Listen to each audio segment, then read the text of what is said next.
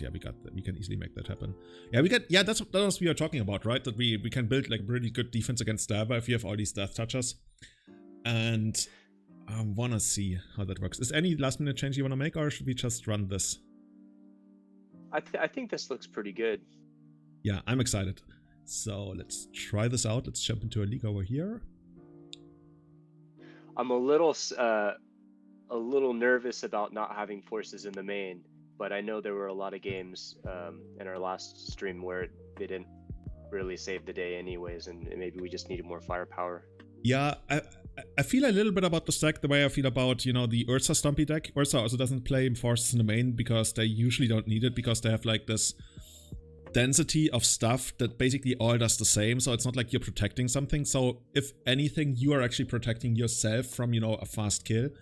And I think against the decks where we actually might want forces as defensive tools, we can always bring them in, but they're not like common enough, generally speaking, to want forces in the main, because against most of the other decks, they don't seem too great, honestly. They're a liability. Yeah. So. And the Dazes are still there to protect.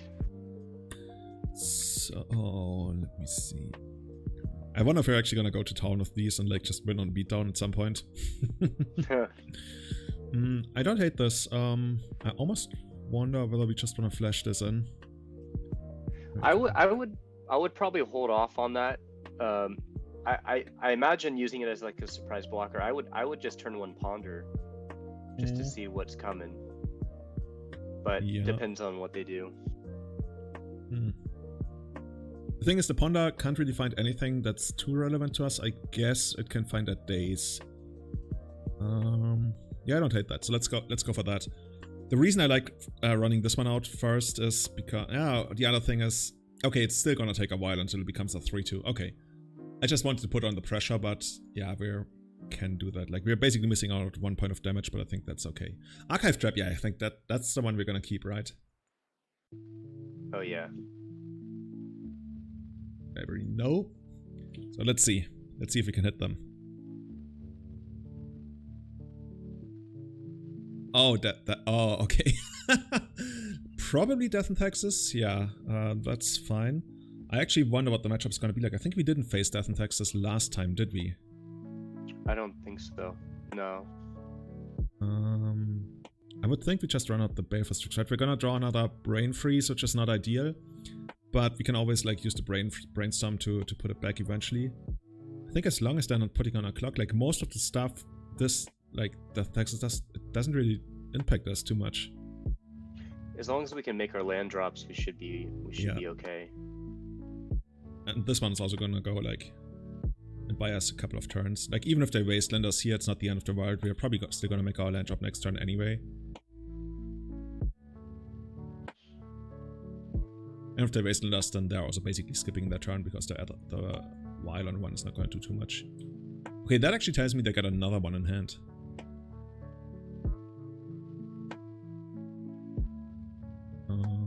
This is interesting. Like, I'm already thinking about maybe, you know, we can eventually come up with like a double Brainstorm, double Brain Freeze line. If you can go to 4 mana. And then they play something like a Recruiter, and then we use the Archive Trap, and then Brain Freeze into Brain Freeze, which would be the dream, right? That would be pretty big, yeah. I actually don't hate just, you know, playing the land and passing the turn. Yeah. I think that's where I want to be. And I could even see like an end of turn Brainstorms just so we can hit the 4th land.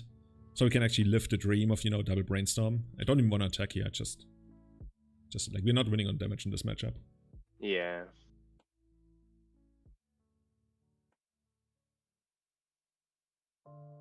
Dahlia could be annoying. Like, what if they... On the other hand, 2 mana Brainstorm is still fine in this spot.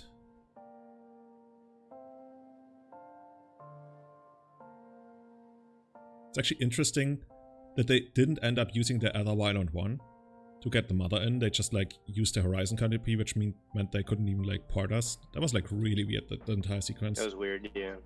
I think we're just gonna Brainstorm here, right? And then we're gonna set up our hand and hopefully get something going. Yeah, try to get that draw, that land drop. Oh crap! Oh my god, we have 2 fetch lands. That's already something. Huh. Oh, nice. So The Visions is gonna be online very soon. The Archive Trap, I still kind of like it, right? I don't mind keeping the Archive Trap in hand just in case they recruit her. And also, if we find a Symmetry, we have our second cantrip. Yeah.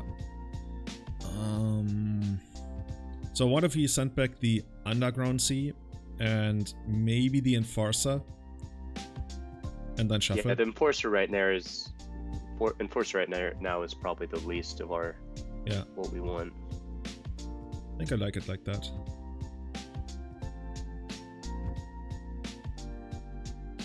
I think at this point we're basically committed to getting like all the duels. Oh, anyway. Didn't we want to play the crab out first? Oh, you're right. Like I wanted to fetch, so we didn't like get the extra card, the one card we sent back, but we basically could have milled for 3 more if we had done it that way. That's true. Oh wait, we got the glimpse. Do we crab into mill 6 or do we glimpse?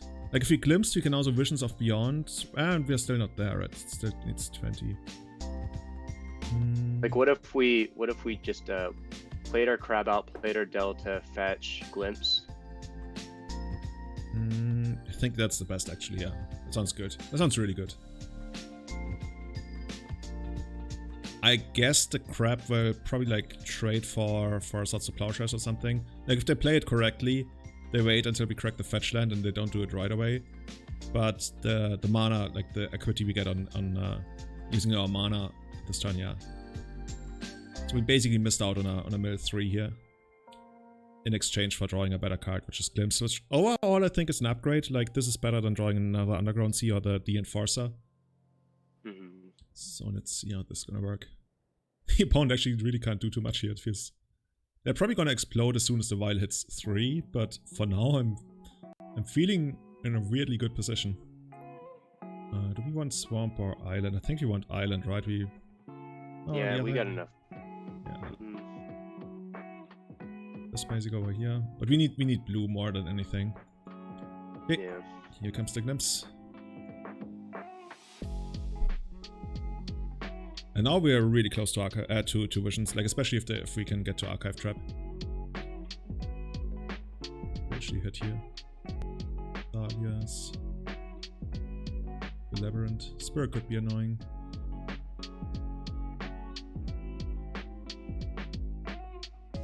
No, we're not playing Fs tonight, Morphe. We're playing Dane Mill. Dane Mill. In progress. Work in progress, yeah. The opponent is like probably like so confused. Like, what's happening here? It's like, yeah, you have a Strix, and I mean, everybody feels like that when they run their first mill deck. I wonder if people even are aware of most of the mill spells. Maybe the people that play it in Modern are aware of it in Modern, but as a legacy version, a lot of people probably don't really even have an idea what to expect. Is there a way the Archive Trap? Chat is asking whether it's possible to see the library, and you can. It's on the top, like it's over here. If you see my mouse cursor, over here. Graveyard, number of cards in Graveyard you can't see. I can maybe introduce that in the future. It's 14 right now. Yeah, I think the most popular or the most famous mill spell is probably like Glimpse the Unthinkable, and then maybe Archive Trap, and then depending on how long you've been playing, maybe Brain Freeze. Okay, we can't really do anything about this. That's actually quite annoying because I was really banking on the Visions of Beyond to do something. Yeah. But we're getting to a point where we can even like hardcast the Magma Trap eventually. So I guess we just pass here, right?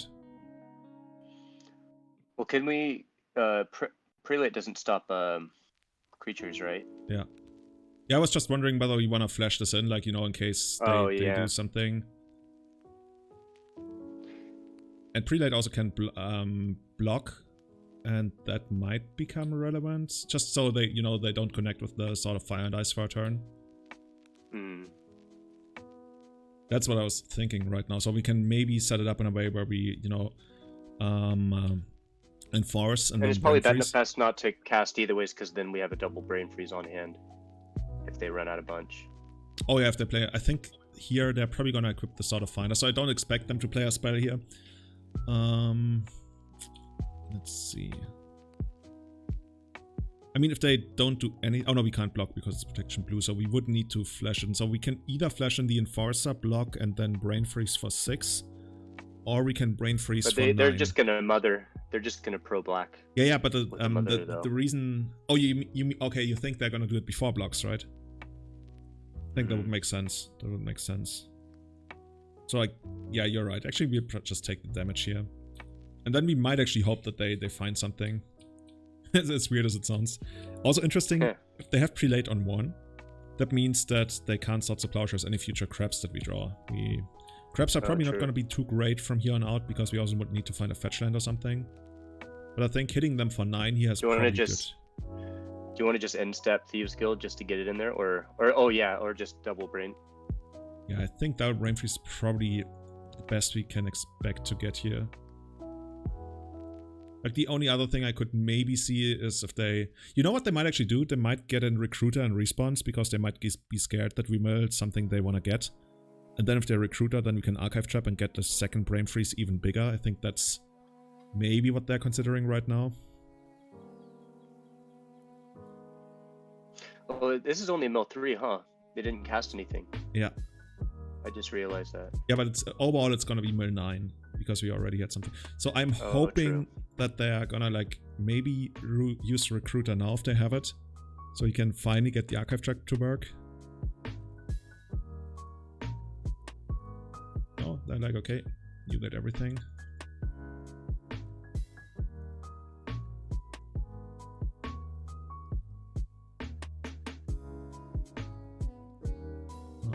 Okay, so how can we, like, set this up in a way that this mills the maximum?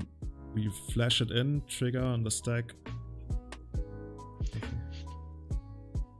No, I think we just mill for 2, we can mill for 6 here, right? The way I see it. Yeah. Not bad, but I think we're just gonna wait here, right? Let's flash anyway.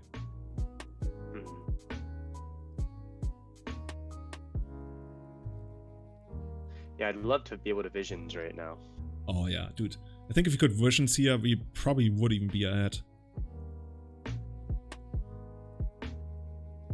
I wonder if they're gonna attack with their mother, because nobody expects, like, the Thieves Guild Enforcer, right? If they're gonna attack with the mother, then we can actually block. Oh no. They know what they're doing. I think we just still flash it in, right? I mean, there's no reason not to. And it taps their mother. Yeah, might as well.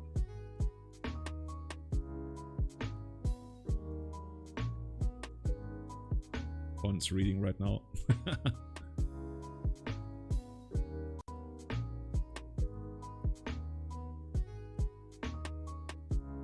Okay.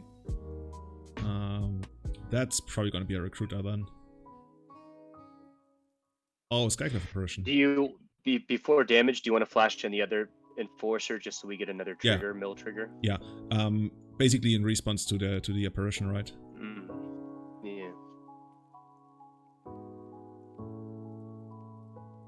Now we mill them for 6, they go down to 19, and if we can hardcast this, we're basically only one more mill spell and maybe a land away from getting there.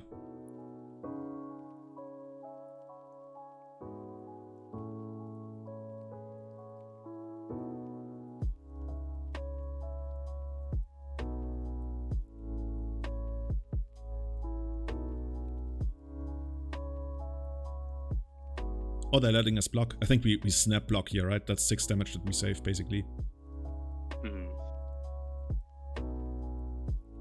I mean, they're gonna use the mother. And since they were gonna use the mother anyway, they should have probably done that beforehand. But that's pretty cool. Buys us some time. Let's see. Guess that's fine. Okay, so this means that next turn we can actually hardcast a trap if we have to, but then now we're gonna take, oh god, 6, 7, 8. We're gonna take 8 damage here, so next turn is definitely gonna be our last. And we really need them to search their library. And then we need to top deck, you know, A mill spell, fair enough. Probably Glimpse the Unthinkable.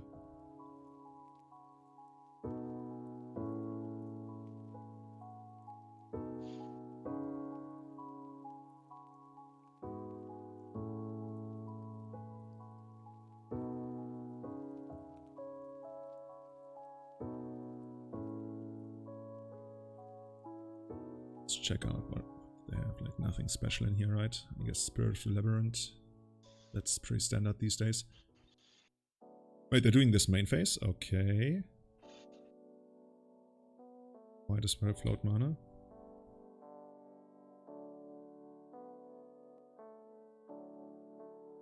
Okay.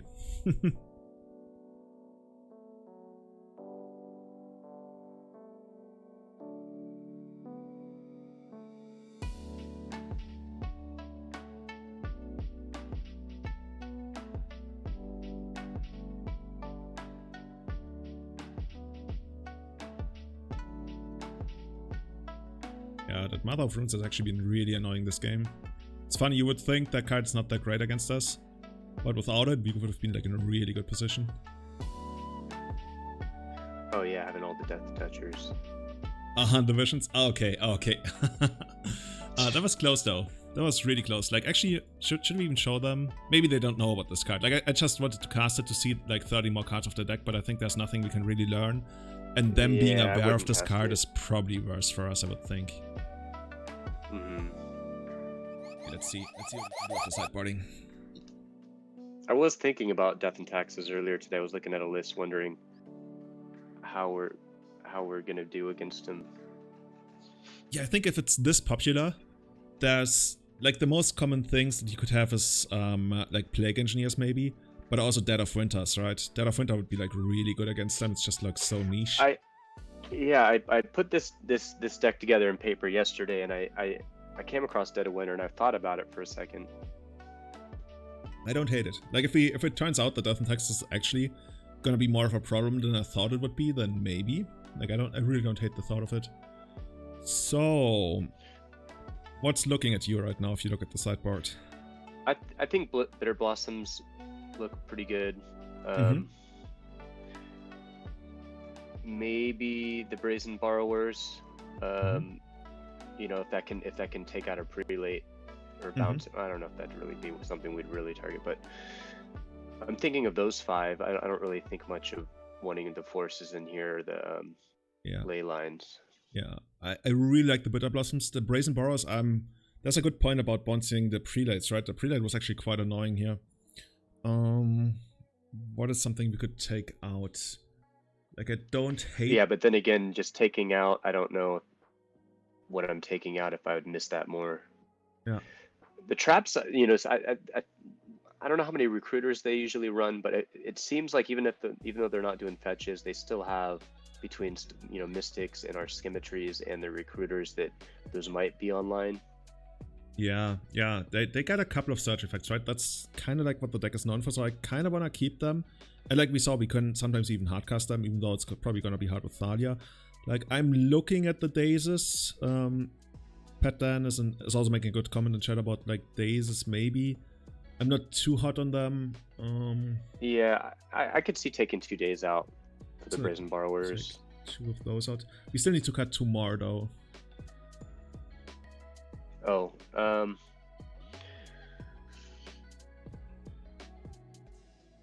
what if we cut, like, you know, maybe one trap? Actually, I wouldn't hate taking out like a Baleful Strix, actually. Like, the card doesn't seem too great against them, honestly. Like, it's... Actually, I really don't like Baleful Strix against them, now that I think about it. Especially since we have the Bitterblossoms, you know, for blockers. What if we take, like, all of them out? And we bring those in, and maybe that's gonna buy some time. So it's basically... I'm cool with that. Yeah, let's try this. Oh, we are 61, so we can bring in 1 more card. Let's go full Archive Trap then. More mill, more good. Yeah. More better. Yeah, Bitterblossom makes rogue tokens, which have a synergy with the Thieves Guild Enforcers. Yeah. If we can get that online now, that would be quite the engine. Okay, we have like half the engine already. We wish we could play the crab out first turn. Yeah. Dude, it's your call if you want to keep this. I'd keep it since we have our enforcers and they are creature-based deck. Yeah, I really like this. This is the potential to be insanely good. And I want to see how this works out. Also, if the opponent has like a semi-decent hand, they especially in the first 2 turns, it's always awkward if Death and Taxes has to Swords to Plowshares in the first 2 turns because they usually got better things to do. So even if you like get them to spend 1 mana, it might sometimes be worth 2 mana because they want to play like a 2 mana spell. Whoa, no. Oh, damn. I wanted to run this one out. No. I'm sorry, I wanted to run this one out. I pressed F2, but I meant to press F4. The other way around. So, no, this one didn't come out. Wait, is our upkeep? This is our upkeep already. I wanted to play it at the end of turn. Oh, okay, but now... now we're gonna have... Oh, that's funny. That's gonna be interesting. Now we're gonna have infinite of those. Okay, I'm actually gonna make hilarious. it so that we're not gonna adapt this time. Okay, what's this gonna be? Thalia. Thalia is fine. They're not gonna do anything else, so might as well do it right now. But if we find like another black source next turn, we're gonna mill them for so much. I don't even know how much that's gonna be. Oh, okay, that's not it. I think we run this out main phase just in case they have a Swords to Plowshares, you know?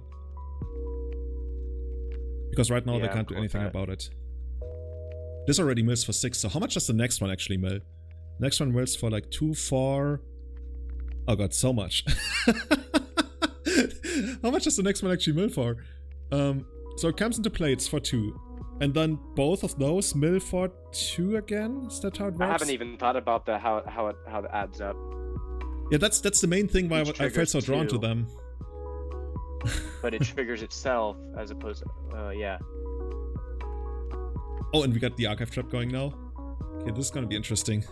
Oh, and they can't even Swords nice. to Plowshares now because of the Thalia. But non-creature spells Archive Trap cost 1 though. Oh, that's true. We can't do that. We can't do that. But then we're just gonna draw another land. Why is it called Dane Mill? Well, this is basically... I don't know. Why is it called Dane Mill? Well, my name's Kevin Dane, and I just figured this is kind of my current rendition of Mill, and I've always loved blue-black, and people think I'm crazy for trying to make this competitive deck. Yeah, but you know how there's a tradition in Legacy to call decks after lands? Like we had Team Italia, we have Team America. There was a short period where we had Team Europe, but that wasn't really a deck. And yeah, I think we're just gonna run this one out, and it's probably gonna be 6, right? Unless I'm mistaken. I think it just adds 2, 4, 6. I think it's just 2 additional each one. For a second I was like, is this like exponentially? It's like, no. But 6 is already good. Yeah, once we get another black source. Oh, we need 2 black sources though. Or 2 sources. Oh, because of Thalia, yeah. On the other hand, I'm not even sure if they're gonna attack with the Thalia here. I mean, they need another land so they can put sort of Fire and Ice into play. So what if we attack? We're probably not winning the damage race. I'm just trying to figure this out. So this puts them to 4. That kills like these, but then this kills this. So we can basically trade all of those for Thalia. I'm not sure if it's worth it. I wouldn't do that. Yeah. I would just take the damage. The thing is, if we don't block, then we might as well attack for 6, and maybe we win with Bitterblossom tokens, you know? Yeah, I'm banking on getting a Bitterblossom out. So let's attack them here. That's basically a free attack if we don't...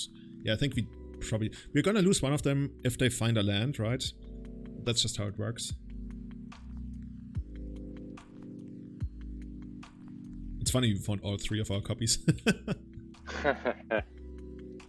Oh, they don't! Oh, that's really good. Yeah, no, we just... Oh, that's so good that they don't get to equip the Sword of Fire and Ice. That card's really annoying. Okay, nothing going on here. Do you think they have the Better Skull? Actually, did we mill the Better Skull, maybe? They didn't. I don't see one. No. Because we can hit them for 9 here, down to 5. And I don't hate the thought of that. Yeah, I don't hate that either. Yeah, let's do that. Hey, Franco Bolli in chat. Man, this is our personal diver. This is quite entertaining actually. Yeah. Yeah, they tried to cast Swords to Plowshares earlier, but they still can't do it because they want to use the Stoneforge at the end of turn. So their mana is actually really constricted by the Thalia as well.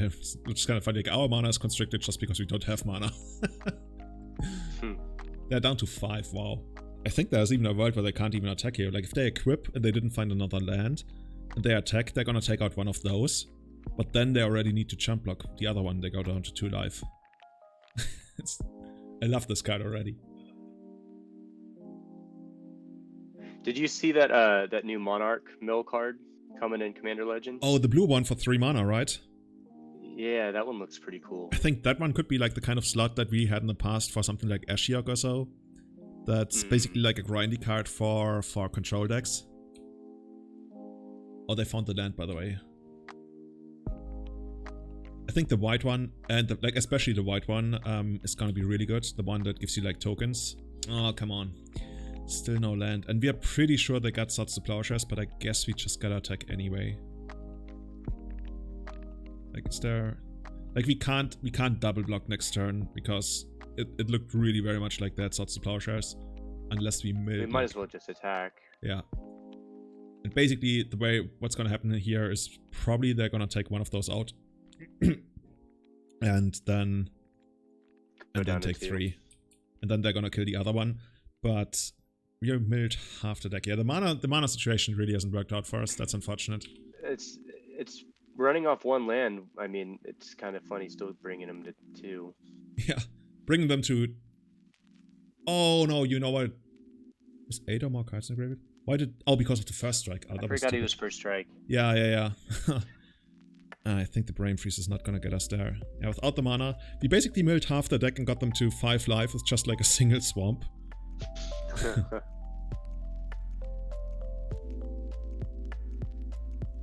Yeah, we have Dredgemaster, Aurum, and chat. Aurum always mills himself.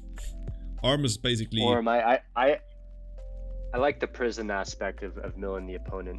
I like looking at their outs and watching the desperation that they might lose to a mill deck. Aurum is basically the bringer of everything broken. Like, if you ever want to see somebody in action who's like just playing the most broken stuff, like when Aurum puts a Grizzlebrand into play on turn 1, that's considered fair for his standards. Okay, I think here we are. That's unfortunate. Like, that was actually a really cool game. Yeah, if we had ever had the that would have been mana. great if we had lands. Yeah, the Bitterblossoms especially would have been really sweet there.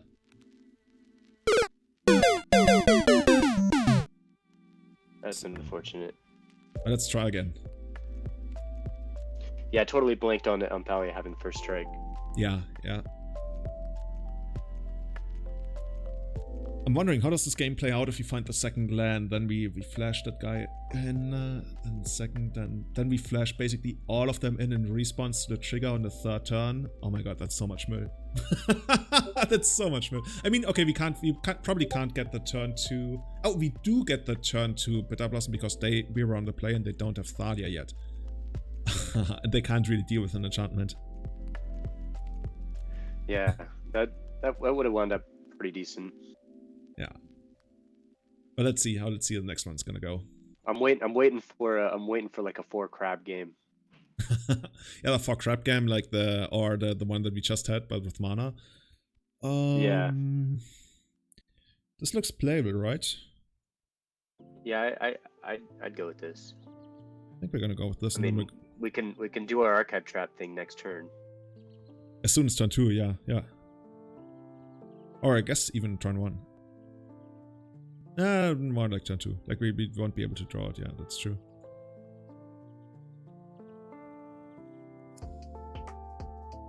Are we on the play? Opponent's on the play. They are... I think that... Yeah, they kept 7.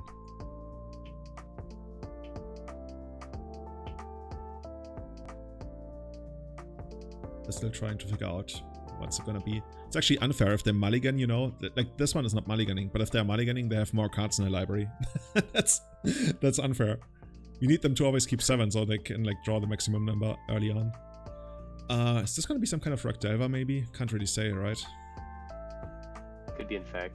Ooh, Enforcer. So, what I like about the Crab is that we can, like, run it out turn 2 and then immediately play our land, so we don't need to run it out turn 1. So should we just like go end of turn Enforcer? Yeah, I'm fine with that. Let's do that. Also, turn 1 Snowcovered Swamp is going to be really weird for the opponent.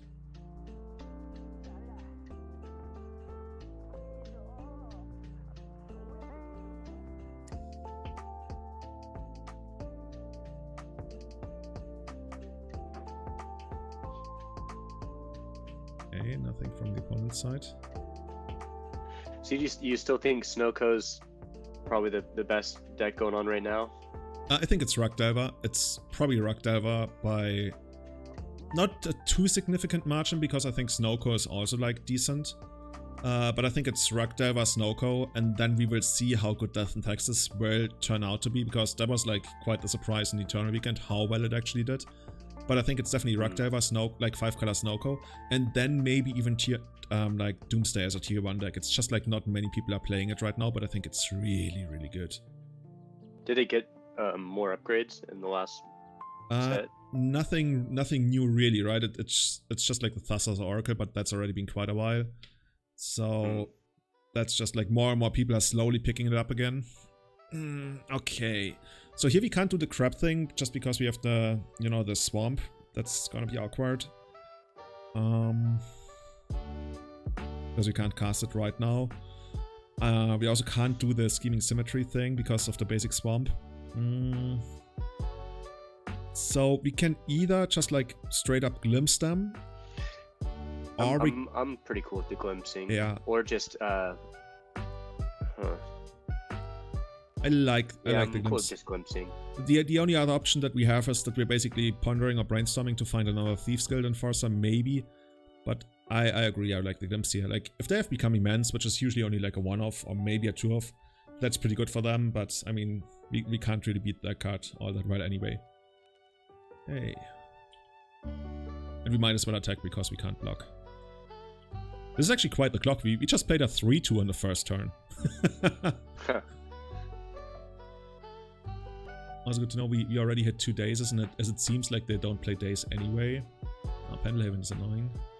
Or I mean, they don't have Daze in hand anyway right now. Let's hope that we're gonna get to survive here. This is our nightmare, by the way. This is like a super strong threat that we can't really interact with, can't block, can't do anything about it. And this must be Berserk. I do not like that. And just like that, 10 infect on turn 2, turn 3. Yeah, that's one reason I want to try to still be able to get a little bit more counter magic in. Either, you know, whether it's spell pierces, you know, a couple spell pierces, or yeah. I mean, I'm still cool with having the forces out, but I feel like we might want to have a little more main deck counter magic than just the Dazes. The problem is, like, especially the forces, just because of the critical mass, the deck is already like so and so on critical mass that it needs, and if we basically add the forces and we cut something, not only do we cut something for them, we're in a position where we're virtually cutting even more because we also have to pitch something to the force. Pitch something. And once what do you get, think about just like 2 spell pierce? I don't hate it. I don't hate spell pierces. I think I could see something like because we're covering creatures decently. Yeah, I could see something like -1 brain freeze and then -1 something, and then like if you ask me like what I would do, I would play 4 Thieves Guild Enforcer. I would cut the Scheming Symmetry for as cool as they are, and that would basically already give us 1 slot, which we could run 1 spell pierce in, and then we can cut maybe a brain freeze for something like a 2nd spell pierce. I wouldn't hate that. That's just like what I'm thinking right now. Okay, but for this one, I don't hate Brazen Borrower, right? I mean, it can't bounce their land, but the other 2 we can bounce, so I could see like this being good. Is there anything else you might want to change? Like right now, I'm seeing this change, like these 2 out, the Scheming Symmetries, and the 2 Brazen Borrowers in. Yeah, if we take out the symmetries, what do you think about bringing in some sort of force effect just for like a berserk? I'm not too big of a fan of Force of Will in this deck, like in the first place. This is just like why it's in the sideboard. I think we are just getting grind. Like we can bring in them. Like what if you do it something like this? And now this is basically the problem that I keep running into whenever I play Force of Will in the main deck of this. What 4 cards do we cut here? I mean, we can do it maybe like a that. Daze, Yeah. maybe a crab, because the crabs are going to be a little slow.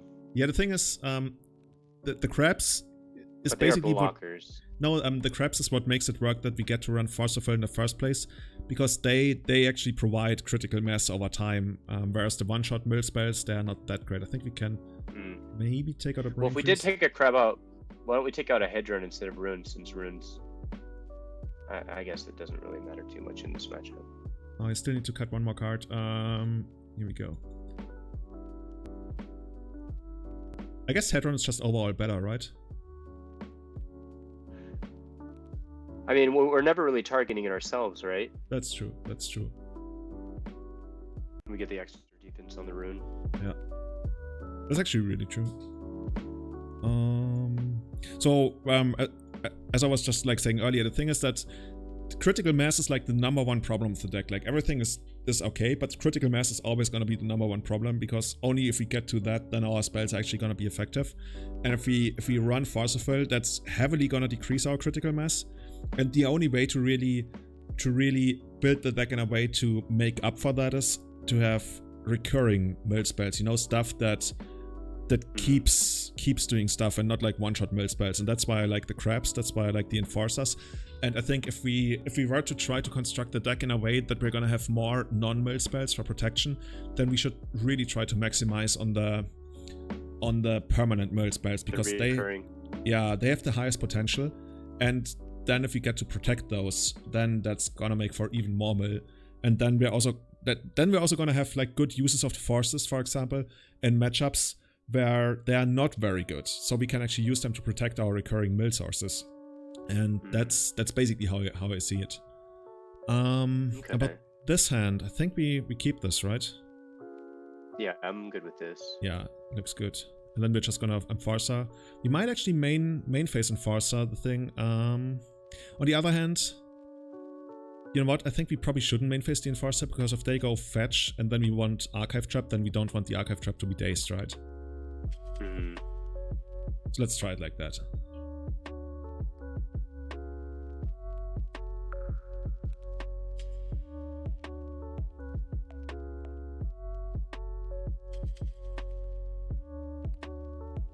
I think so. I'm just gonna flash this one in. And I think if they're gonna daze this, that's even okay, because then they're gonna slow themselves down. They already showed that they don't have a turn 1 F. Which means if they daze and it gets to their turn again, unless they draw one for the turn, then they're still not gonna have a creature. Strifle, yes, that's why we play 61 in this. that's the backdoor plan.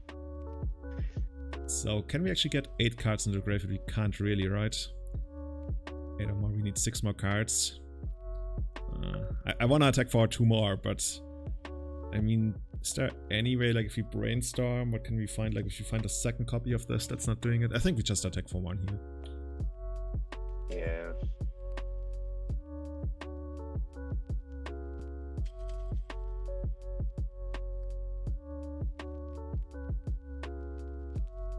And probably pass. Let's see. And Brainstorm. Oh, should we cash in the Brain Freeze for 6 now? I wonder. That's not a bad idea. I think 2 mana mill 6. It's not the best. Because if they go on a big explosive turn, we're probably dead anyways. Yeah, that's the thing, right? I was wondering about that earlier as well. The only thing is we can try to get the Brainstorm for the Brain Freeze for 9 next turn. So if they cast anything next turn, then we can always go Brainstorm, Brain Freeze. So maybe that's or what maybe we wanna even a trap in there if they fetch. Let's try that. I think we need to have some variance in the game to make up for maybe them having a better hand than we do. Another non-fetch land? Come on. Okay.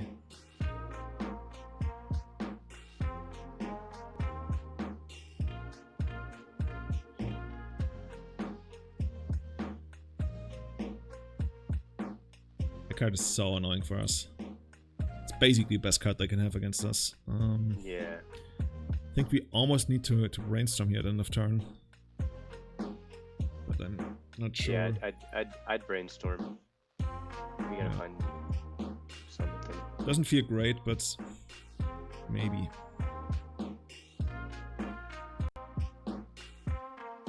I sometimes play like a one-off wasteland, and we can really afford to do it this way.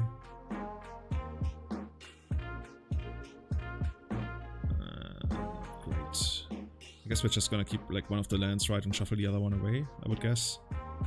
Yeah. Is there a world where we go like, where we actually want the second fetch land? I think we don't. Let's do it like this.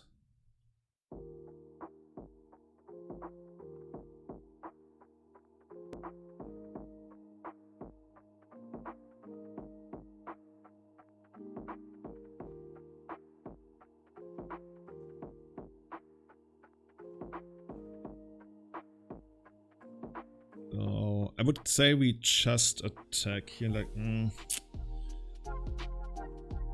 this is It's weird because the attacking is not even really.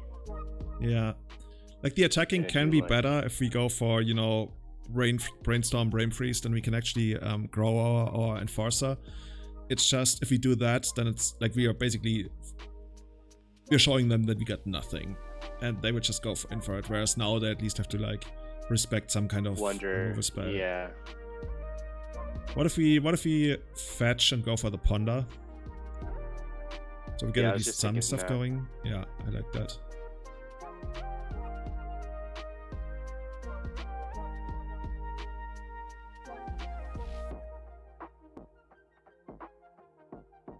If I can get a pump out of the hand, might buy a turn. Yeah, I don't think that's how it'll play out here. Like I think they would just take the damage if they had a pump spell in hand, especially if they're gonna kill us next turn. Yeah, library. Yes, that was just 3 lands. Okay, we found a force. Okay. We can play the game. There's a world. Okay, but once again, here we just like attack because this one's unblockable anyway. Okay, so we can defend ourselves a little bit. So the only other spell that lets us maybe get the critical mass is Visions of Beyond if we can like make that work eventually. Would be nice if they used a fetch land eventually here. Yeah, that'd be cool. Imagine if they like use the fetch land, then there's a counter war and we force the fill and everything. Yeah, that's fine. And then we hit them with the brain freeze and the archive trap for 30. Oh yeah.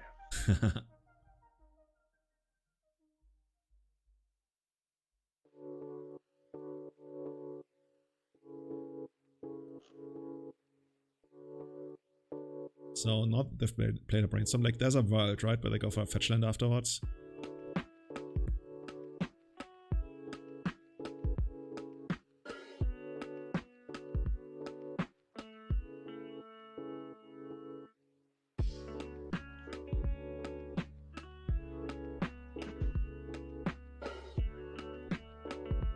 By the way, I saw that Eternal Weekend coverage is finally online. If you or anybody in chat, have you already checked it out? Because Anorak and I, we put a lot of work into it. Oh, still no fetch land. Come on. Come on, opponent. They're watching our stream. They're ghosting us. Who knows? They might need the help. Do you have a link? No, it should probably be on magic.gg. So that's like a brain freeze for 6. That doesn't excite me, honestly. If we brain freeze for 6, just trying to figure out what we want to do here, because we can basically always at any point get off a brain freeze for 6 almost. Maybe this is just gonna be another one of those end of turn brainstorms, which doesn't feel great, but maybe that's just. I don't hate that. Yeah. Let's find, like, if we could find an end of turn Thieves Guild Enforcer here, that would be really sweet. Okay, another brain freeze, okay. That's actually not too bad, right? Because now we can go for like a double brain freeze eventually. It's still rough. Yeah, double brain freeze might, if we stack it on something they did, that might turn on our visions. Yeah. Oh yeah, that would actually be really sweet. We get this one. And I think we just attack for 1 here again. Like if you can actually, like Franco mentioned, if they're actually gonna use a pump spell on their Nexus just so they can get rid of their Enforcer, like be my guest, right? Yeah.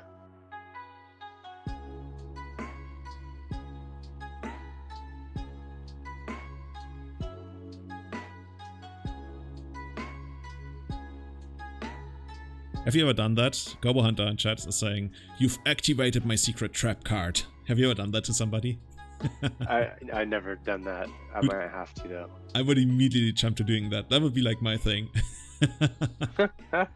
I've played against Mill, or actually I watched my friend play against Mill in a modern event a couple of years ago, and the opponent actually had triple Archive Trap on the first turn. It's like, what the fuck? I think it was actually quadruple. I've done that. I've done triple before, not quadruple. That's insane, man.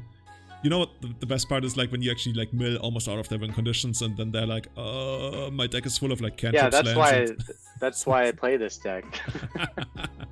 That's fun. That must feel so bad from the other side. Okay, hit us. It's gonna be maximum pump. Invigorate, preserve. Yeah, I think they might probably just start with what's it called? Oh, become immense. Oh no, that's... Do we need to fight over this? Probably, right? That's the one we...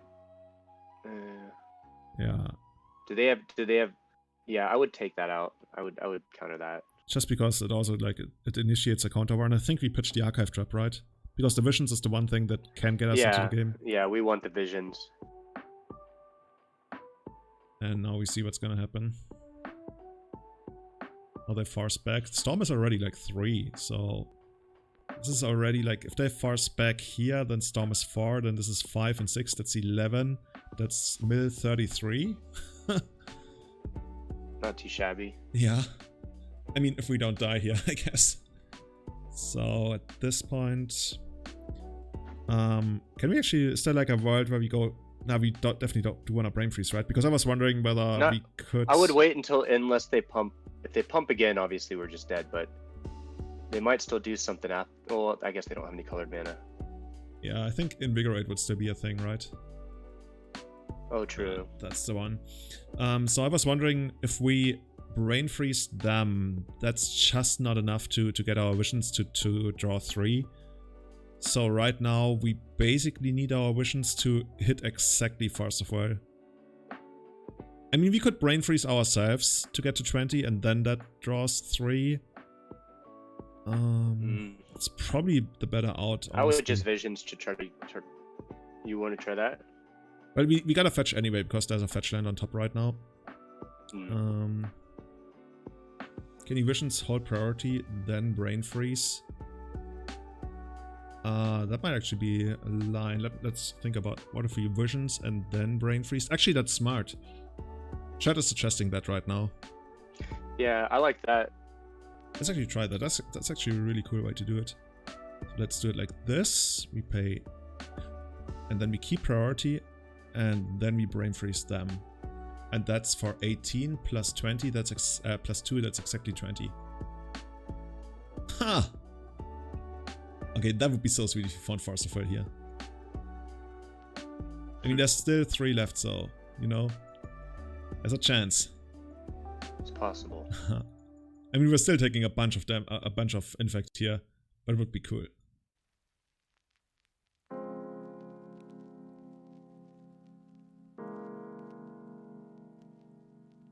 Oh, they have Veil of Summer on the deck, huh?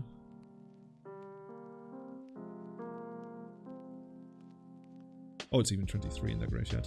Okay, Ancestor Recall. Oh, no, the Daze is not doing it. Ah! Yeah, I was thinking about the Daze. But no. Is there anything we can do? Like, no, there's like, you know, maybe they're not gonna pay, you know. I mean, it's the best we can do right now. Opponent, we gotcha. You got double Daze. Maybe they're not paying for the first Daze because they expect double Daze. Like, I wouldn't have been that too low of a chance to get a Force off those 3 draws. That... Yeah, Force or double Daze. Rebel Sheep, thank you. Thanks for 4 months of support. Okay. They got us. Not this time.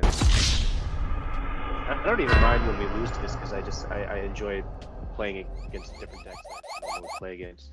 Yeah, I think Infect is the kind of deck we're probably behind just because we don't really interact the creatures all that well, right? We got a lot of Death Touchers set up, but they got ways to like really work their way around it through like, you know, flying or this guy that's entirely unblockable. Which kind of decks do you usually play with in your meta game locally? So in our little tournament that we do on Spell Table Online, we usually have someone playing lands, a Stoneblade. There's a guy that plays humans and Pox. Sometimes like a Delver player, sometimes like Sneak and Show or Elves. Mm-hmm. But aside from that, I guess there isn't an infect guy in there. But yeah, usually we just have like maybe 6 people, so we do like 3 rounds. Did you ever get Elves with a Brain Freeze during a Glimpse chain? No, not yet. That'll be really cool. Oh, dude. We are up against Pokemoki. This guy is the trophy leader right now. He's probably playing his... Have you seen the Pokepile deck? So this is basically a Rug deck. But it's playing a much more of a mid-range game. This is playing Noble Hierarch. This is not playing Delver of Secrets, but it is usually playing like 3 to 4 copies of Stifle. So we're gonna I thought about Stifle in this as instead of maybe like the Spell Pierce idea. I don't know if that's going too far away though. Yeah, I think it's not doing too much for us. That's the problem with it. As a card, right? What do you think about this hand? I'd say we should just keep it. Yeah. Just because we got a turn 1 and we got a turn 2 play. And we just send away one of the lands. Okay, I think here we're definitely gonna do this anyway. But also to play around Sniper. So even if we didn't have the Panda, I would crack this. Because he's like so very well known. Oh, he's saying good luck and fun. Hey, streaming friends, good luck and fun. So let's see.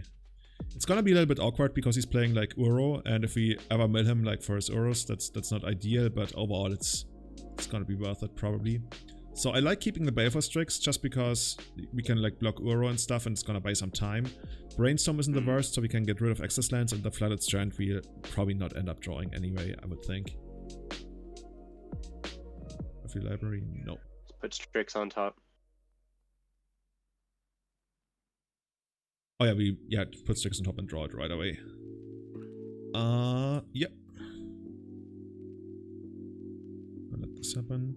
And I guess at this point we archive drop, right? So it doesn't get to see more cards. Yeah. I'm still a little bit unsure sometimes about the archive trap timing, but I think this is the best way to do it. And even if he dazes us now, that's fine. Because then he falls back on mana again. Okay, and well, there's Uro. But it's still gonna take like several turns, especially since he didn't get to hardcast it, he didn't get the extra land drop. Oh yeah, we got 2 of them out. And an Arcanist, that's good. Oh yeah, the Arcanist is so annoying. The Arcanist is probably one of the most annoying cards in all of Legacy. Would you want to run out the Glimpse here or the Baleful Strix? Like, we don't need the Baleful Strix right away, so that's why I would Glimpse just to maybe take out some more win cons or, you know, more threats. Just so, in case he draws it next turn, yeah. I don't want to see Dreaded Arcanist, that's the card that's scared. He's fighting over it, okay. Force Pitch Uro. Not bad. We basically cast him to Torage. He's already scared. But now we gotta find either like a string of insane glimpses or stuff, or maybe get like a crab going. I'm still waiting for the game to very surprised. Like, crab turn to crab. Yeah, I'm surprised with 8 crabs we haven't really seen too many. Maybe they gotta print like 4 more copies, like 12 crab. You know, just in Vintage. like, yeah. Did you see in Vintage there's actually a crab mill deck? I didn't see that. Do you know Fastbound? Is it a self mill? Or Well, it's, you can mill whomever you want. You can mill the opponent, but you're usually milling the opponent, yeah. So the way it goes is, do you know Fast Bond? that's you can play land, but you pay life. You can Yeah, play exactly. any number of lands. So you use the Ravnica bounce lands, right? When they come into play, you have to bounce a land back to your hand. And you have a crab in play. And because of Fast Bond, you can basically pay 1 life to mill 3. So you can pay enough life to mill them on as soon as like the first turn if you have the mana. It's actually kind of crazy. That's cool. Maybe I want to play that on stream someday. Like I really want to play more Vintage. After Eternal Weekend, that felt really good.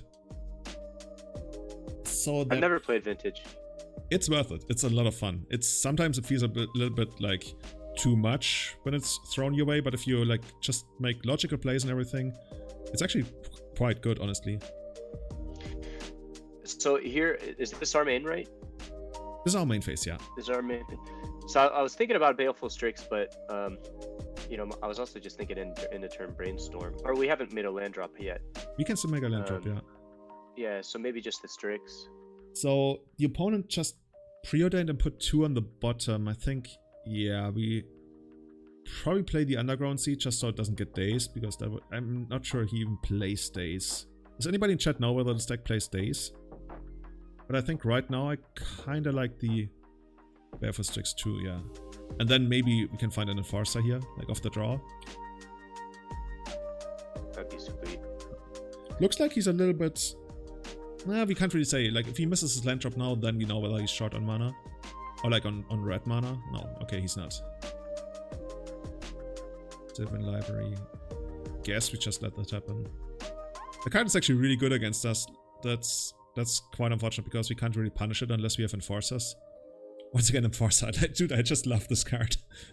Here, this is basically a free attack. And then I would definitely main phase Brainstorm so we can find something. Let's try that. Okay, too many lands.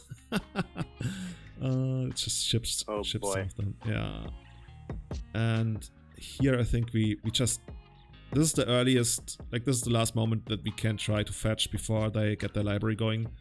And if they do daze it, if they do stifle it, then we can still daze the stifle, which is like not an ideal use of our daze.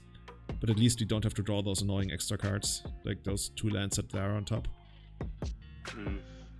Can you daze and escape? Does that count as a spell cast? Daze and escape. Yeah, you can. So you're saying, do you like consider not dazing the stifle here? So maybe next turn they're gonna tap out for Uro and then we can like double daze it to make sure it doesn't resolve? I mean that still only really puts back a turn, but really... Yeah. I think the fact that we have two like total blanks on top means that we really have to daze here. Yeah, we need the fetch. Yeah, let's try that. Yeah. I think we can even afford to hardcast it.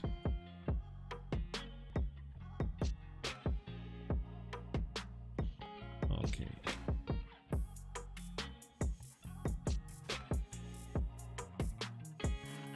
And let's see. You know what's funny? If Jeff casts Uro enough times, then his graveyard is gonna be so small that our Enforcers are gonna shrink as well again. But since he can't really get Uro off the board anyway, he's probably only gonna cast it once, unless we like block it with Baleful Strix or something. Still no red mana, what's going on? Oh, he wants to go for the... Oh, wow. And now I think we totally daze it just because it buys a turn. Yeah. It's probably gonna be the best use of our days.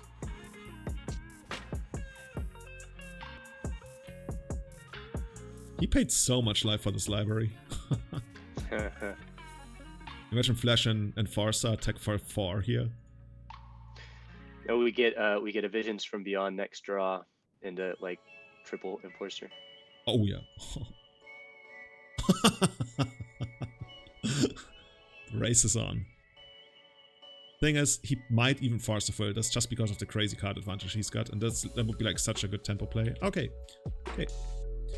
It's like, I got time. We got Ponder. You got time, we got Ponder. What's that? Archive Trap, Brainstorm. I don't hate Archive Trap, I just expect him to probably next turn tap out for Uro again, right? Should we just like keep the Brainstorm? Put this away. You would put this away actually. So I was thinking. We do have a fetch. Yeah. I was thinking we draw the Brainstorm, and then depending on whether we're gonna need the Archive Trap or not, we can still like play accordingly. So basically, like, you know, put this, put that, and put the Brainstorm on top, and then draw. Yeah. Let's try that. I'm on board with that. And let's run out the fetch land and set a stop on our upkeep.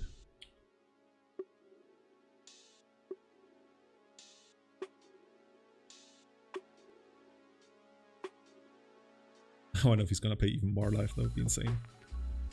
I mean, you can actually do that if you think next turn you're gonna, or this turn you're gonna resolve Uro, then you're gonna go back to like 6 life or something. Okay, no more extra cards. Wasteland, huh? Guess that's okay. There's not too much we can do about that. That also means he's not gonna get to search slavery. Oh, nothing? Oh, he's gonna do it second main, I guess. It's funny, he's played this entire game without red mana. How many Dazes do we still have left? We got 2 Dazes still left in the deck. It might be worth it to just like Brainstorm for them. Yeah. Because it doesn't really feel like the Archive Trap is gonna do. On the other hand, if he puts a fetch land into play, but he's not gonna crack that fetch land anyway. I would just fetch and Brainstorm. Yeah. Feels a little bit like we're between a rock and a hard place right now. Let's see. And at least we have a blocker if he doesn't have any removal. No. And the visions has been turned off again. Because he escaped twice. But we can scheming. Actually, we can next time we can set it up to. Oh, we can't keep all those cards. That's annoying. Why can't this be Ancestor Recall? Do you want to keep scheming and archive? Oh shoot! You know what we can actually do? We can basically just wait a turn. Like next turn we do nothing. And then the turn afterwards, we go Scheming Symmetry for Archive Trap, double Archive Trap him. That's basically the line that I'm seeing. Mm-hmm. And then Visions is also going to be turned on. So I think I'm just glad we have a Strix to kind of hold him off. Yeah. I think we might actually do it like this. One. Just so we can hit the land drop.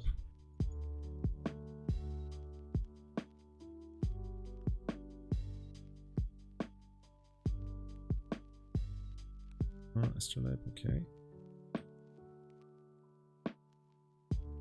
Okay, yeah. And basically Strix is holding him off. I would guess that the Strix is gonna eat a Lightning Bolt here, but that's okay, because we don't really care about his life total anyway.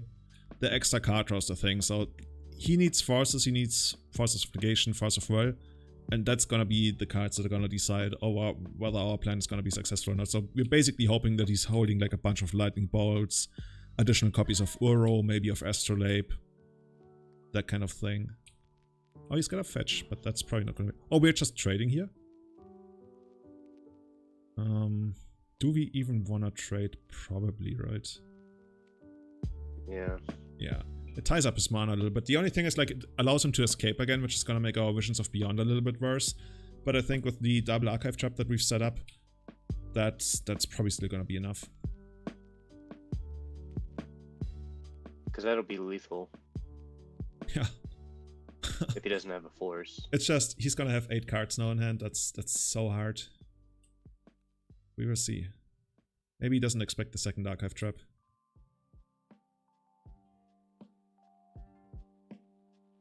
Also, maybe he's gonna crack one of those, maybe? There's a tiny chance. Okay, not happening. So at this point... So we can Scheming Symmetry. Oh, we're just like 2 cards short of making this a draw 3. That's so annoying. But I guess we just go for the kill here. That's probably our best chance to kill them. Mm-hmm. I mean, probably gonna get countered, but that's all we got. Yeah. The thing is, right, it's not getting better. Choose 2 target players, choosing the opponent and choosing us. Jeff is probably reading this right now. It's like, what is it doing? Okay, so we pick the Archive Trap.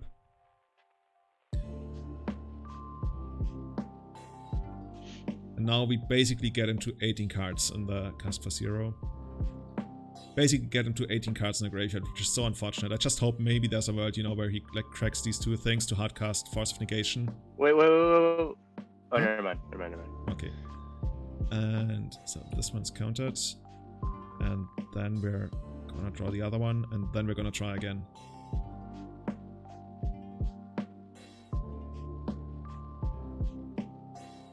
Yeah, we at least have a couple turns. Yeah. How many forces has he used by now? So we know like how many there are left. I think just the 2 Force of Wills and the 1 Force of Negation. So there's probably like 3 forces left in the deck, like 2 Force of Wills, 1 Force of Negation. Still kind of rough. So next turn we're gonna draw that Mindbreak Trap. Not Mindbreak Trap, that Archive Trap. But we're taking 9 damage here, and we're basically dead on board. Yeah, there's 3 forces in the graveyard, Gobo Hunter, so there's 3 forces left in the deck. Yeah. That's unfortunate. It would have been the kill, but he just like drew too many cards for the 7 library. That's just like a problem. Maybe that's another thing that we could maybe fix a little bit if he had the Spell Pierces that you were mentioning earlier. I don't hate the Spell Pierces. The Spell Pierces, what I like about them is that they're like, they don't eat another card like the Force of Will does, which is just like and they're a big so deal cheap. for us. Yeah. Okay, let's go to the second game here.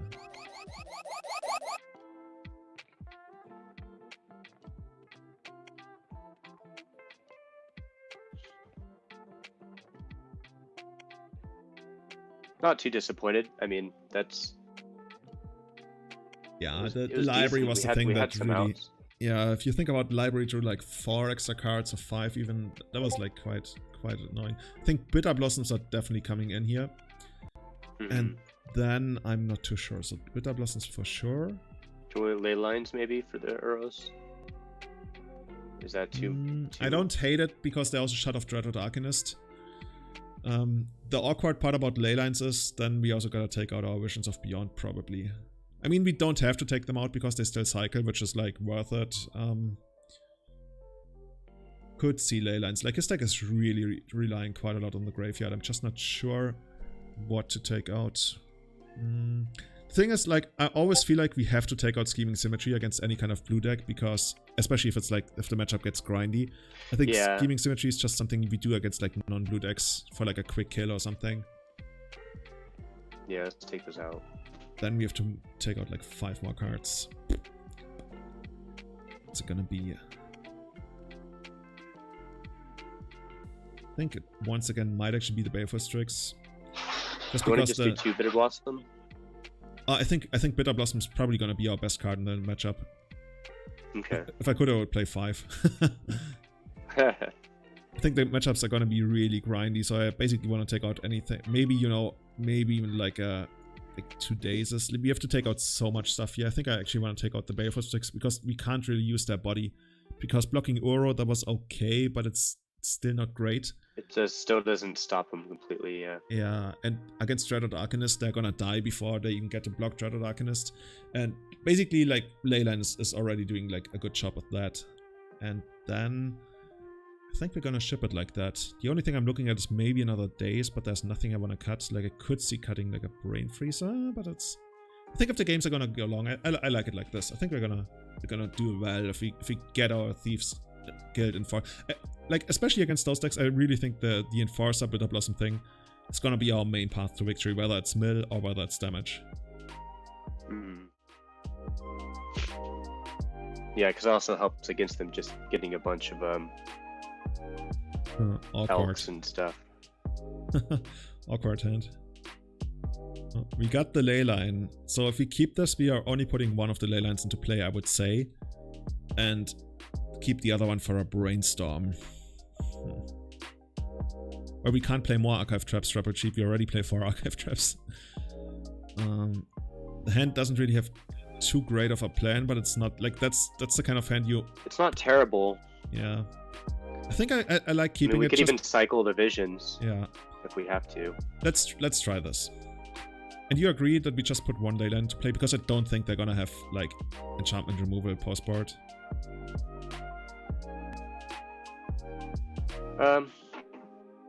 Yeah, and then maybe Brainstorm away the other one. Yeah, that sounds good. Somebody suggesting Trapmaker Snare. I think that's not what we want to be doing. It's not horrible, but it's really going all in on the archive traps. Yeah, and a blue and a colorless. Yeah. I mean, I don't hate it. It's just there's very often you have these matchups where the archive traps are not good, and that's just gonna be a problem. And then if you have like 8 cards that are not great, and it's also not like a sideboard card that you would really want. I think here we just like cycle this. Find the ponder. We have time, so I really think we shouldn't run out the glimpse here into a Daze, because we gotta make sure that all of our stuff is gonna resolve. Might just feel them. Too, yeah. Oh yeah, that too. Let's just go for this. Yeah, well, it wouldn't be feeling them because we have the Leyline. Yeah. Oh, okay. So the Ruin Crab. Like Brain Freeze is not good here. Brainstorm is so and so, but I think the Crab is gonna be great. I think the Crab is eventually gonna be great. It's still gonna take some time, but I just like that one so much. I think we're gonna put like Brain Freeze on the bottom, and then Brainstorm or Freeze. Or maybe we want to set it up in a way that we are gonna have Brain Freeze available next turn in case you go like Archive Trap, Brain Freeze. It's just I wanna basically like my ideal scenario. Like when I play, I always wanna like come up with these ideal scenarios and then play towards them. So next turn I wanna run out the Crab and then untap into Brainstorm, finding a fetch land or something. I don't know. I would shuffle this if it wasn't for the Crab. I don't know how attached you feel to the Crab. I'm cool with keeping the Crab, and playing that out. Yeah, let's do it. Of your library, nope. Also, we found a Brainstorm, so we can eventually get rid of our Leyline. That's good. Yeah. Ponder, that's fine.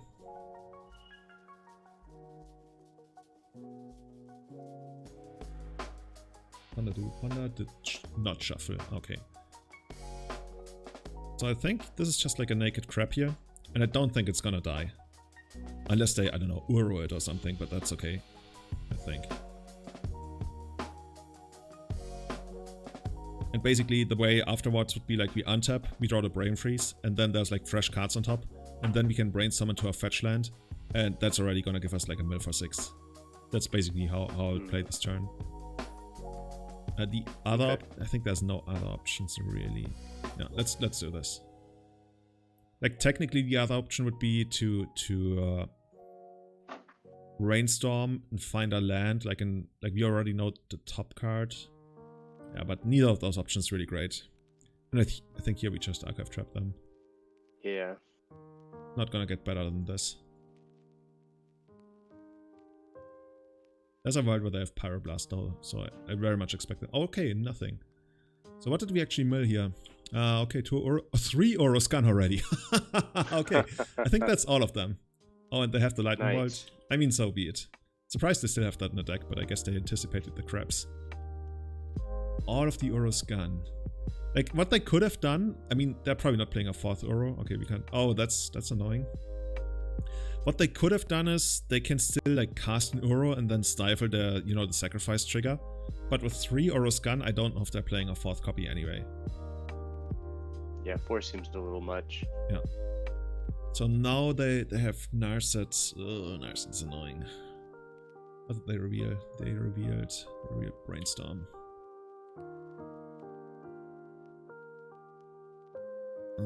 So we can just like glimpse them, or we can wait, see what they come up with next turn, and then basically turn this into a mill 6, which I kinda like a little bit more, honestly.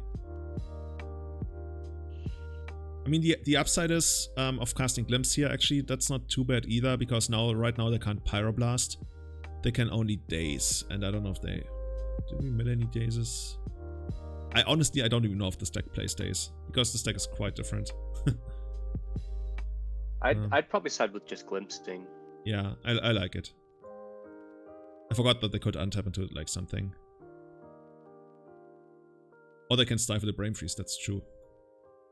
They still have Stifle in the deck. I think there's a really good chance they would have... Oh, okay, we're getting dazed. I guess that happens. There's a really good chance they would have probably sided out Dazes, Stifles, I think. Brainstorm.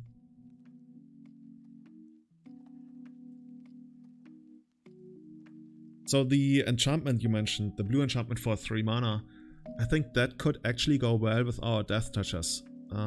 Just because, you know, we get those Death Touchers going, then we get the enchantment out, and then they can't steal the Monarchy, and if we ever untap into that enchantment, that's probably gonna be absolutely insane.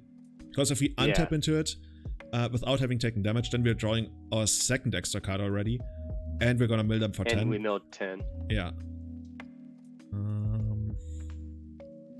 think we just do this again, right? There's not too much we can really do here. Brainstorm is gone. Oko is there. There's a chance they got the Pyroblast.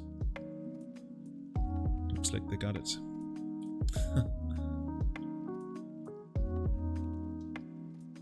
But the Leylines are doing a lot of damage, it seems. Yeah, that's great. Wish we could brainstorm away the Leyline. The second one, though. The card is so annoying. And now Oko is gonna go to town. Visions. Yeah, that's... I guess we... Oh no, we can't even... Well, we can cycle it on their turn, actually. That's actually really cute, you know? We can cycle it on their turn. And I think we're just gonna make them cast even more spells, even though that means they can have a Stifle. I think it's quite unlikely that they would have Stifle against us. So, just like let them do their thing, and then end of turn we're gonna go Visions into Brain Freeze, and hopefully that's gonna hit like 9 or maybe 12 if they like cast a spell or two. Let's see. Opponent cast spells.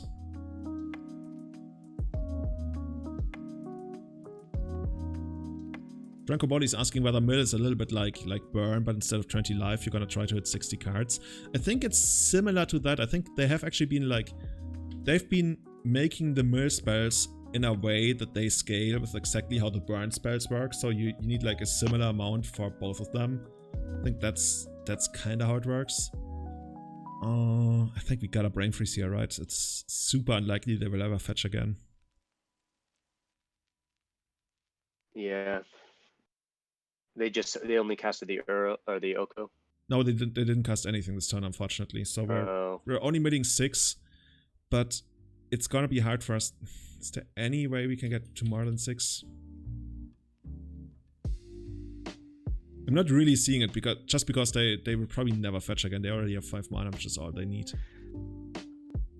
On the other hand, we always have like, but Brainstorm is bad. Like we don't want to Brainstorm. Yeah. I think we're gonna cash in here.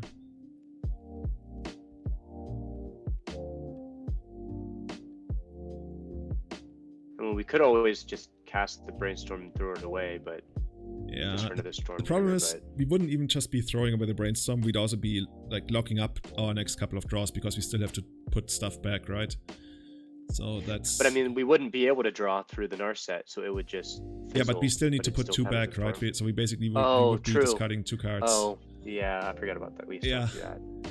That's the most annoying thing about Brainstorm, right? You can't even like throw it away. You're also like actively hurting yourself if you do that. It's really annoying with the card. Okay, Oko is still cooking.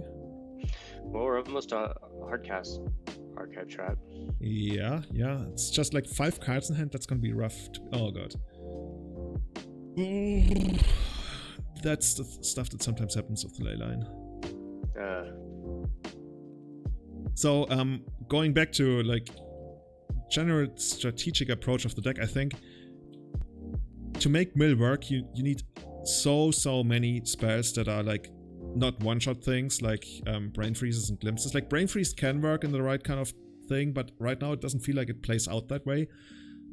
We need like lots of small stuff that we can throw out there that's gonna carry its weight, as opposed to like these big heavy hitters, because the big heavy hitters are more easily answered.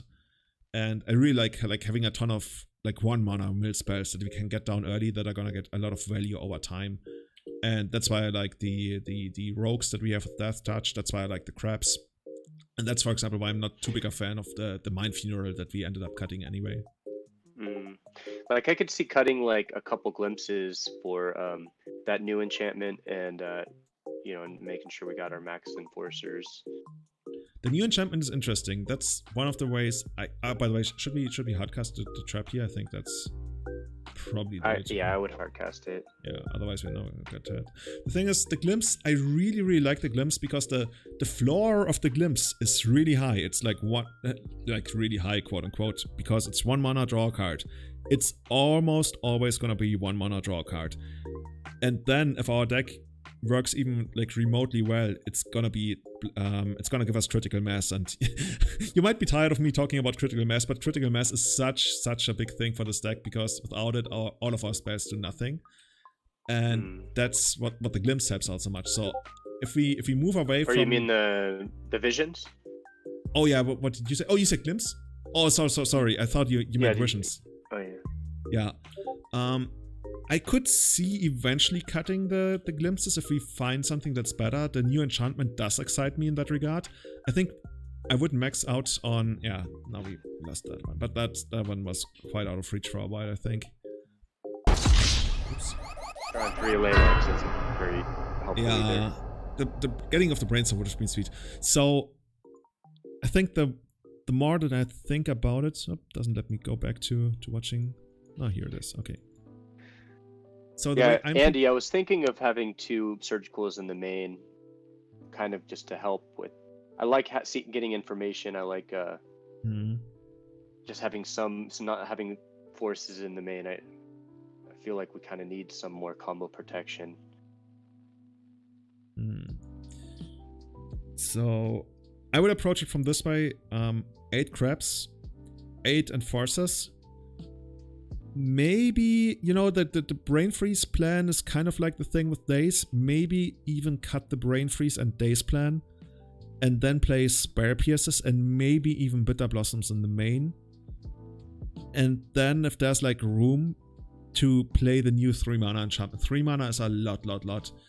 But maybe that's how we could go about it. And then Surgicals in the main. I think the best thing Surgical actually does for us is if we Surgical their Force of Will, so we can make sure that some of our stuff resolves, but that doesn't excite me, honestly. Like, it's that... Oh, oops, we missed a match. Maybe we get in there. The problem I have with Surgical is that it's just like the opposite of what the deck needs with regards to critical mass, and that's my problem. Like, we could run them. I don't hate them, but I think the only thing they're gonna do is take out Force of Wills, and maybe that's good enough. You see honestly, something like I know it's not like turn 0 graveyard hate, but could you see Tormod's Crypts instead of Leyline, since the Leylines do kind of hurt our visions? I think I would rather play Surgical. Yeah, I would definitely rather play Surgical than Tormod's Crypt.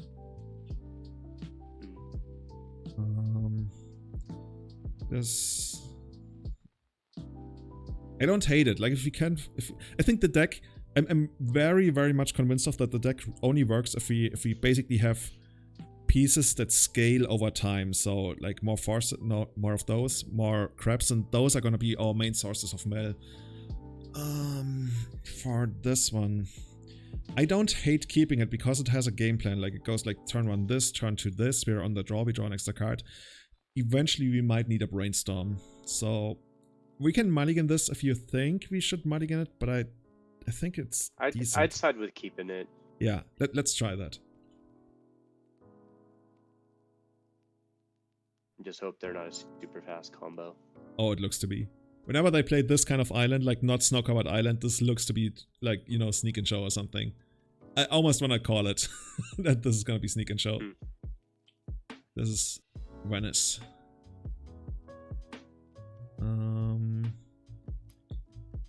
I think we run out the Thieves Guild first. Yeah, I don't really like Mesmeric Orb in this, in Legacy. Yeah. How much mana is Mesmeric Orb? 3, right? Or is it 2? I think it's 3. Let's actually check in chat. Card, Mesmeric Orb. Is it 2? Okay, at 2 may... Oh, wait. Oh, whoa, this is gonna be interesting. Check this out. This is not Sneak Show, this is some kind of land still. And now we actually we get to sneak in a creature. Let's see if this is gonna work. That would be hilarious if they actually had to crack their own standstill. I mean, eventually maybe they find a factory, but even then we can trade for the factory, I guess. It's gonna be interesting. Okay, it resolves. Yeah, I mean, for 2 mana Mesmeric Orb to really even get up to like 10 cards to equal a Glimpse, it seems like a few turns. So what do you think? Should we... We're just gonna like play the game, right? We're just gonna wait for them to have something. Yeah. I mean, we got enough lands to play out. Yeah. It's gonna be really interesting here. Just gives us time to draw some ammo. Opponent is typing lol in chat. They might need, like, it really depends on whether they have factory, but they would have probably played factory last time. Okay. We're just gonna, we can keep playing this forever. And the funny thing is, if we run out all of our fetch lands, and then eventually, you know, if they crack their standstill and we have a crab in hand, and then we go to our turn, we like play a crab, and then we can mill them for so much. And then, yeah, Franco, yeah, there's good there. I do expect there to be a counter war at some point later, and then a big brain freeze. Interestingly, they probably have Shark Typhoon, right? That's probably how they can make the standstill work without breaking it.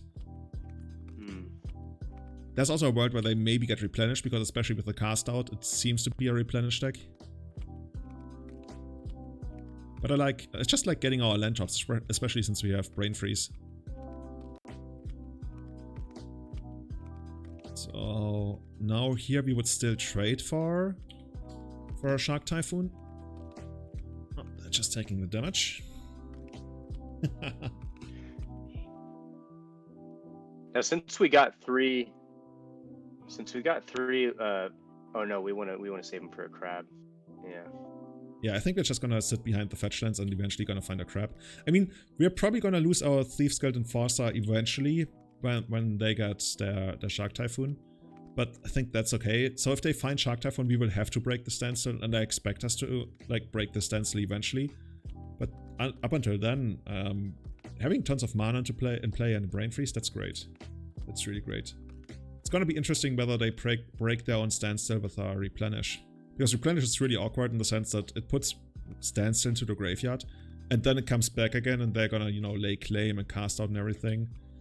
So it's a really weird game. If they're ever sitting like on 8 cards, we could even consider end of turn casting Division, so they go to 11, which means they're gonna discard like 4 cards. Yeah, 4 cards.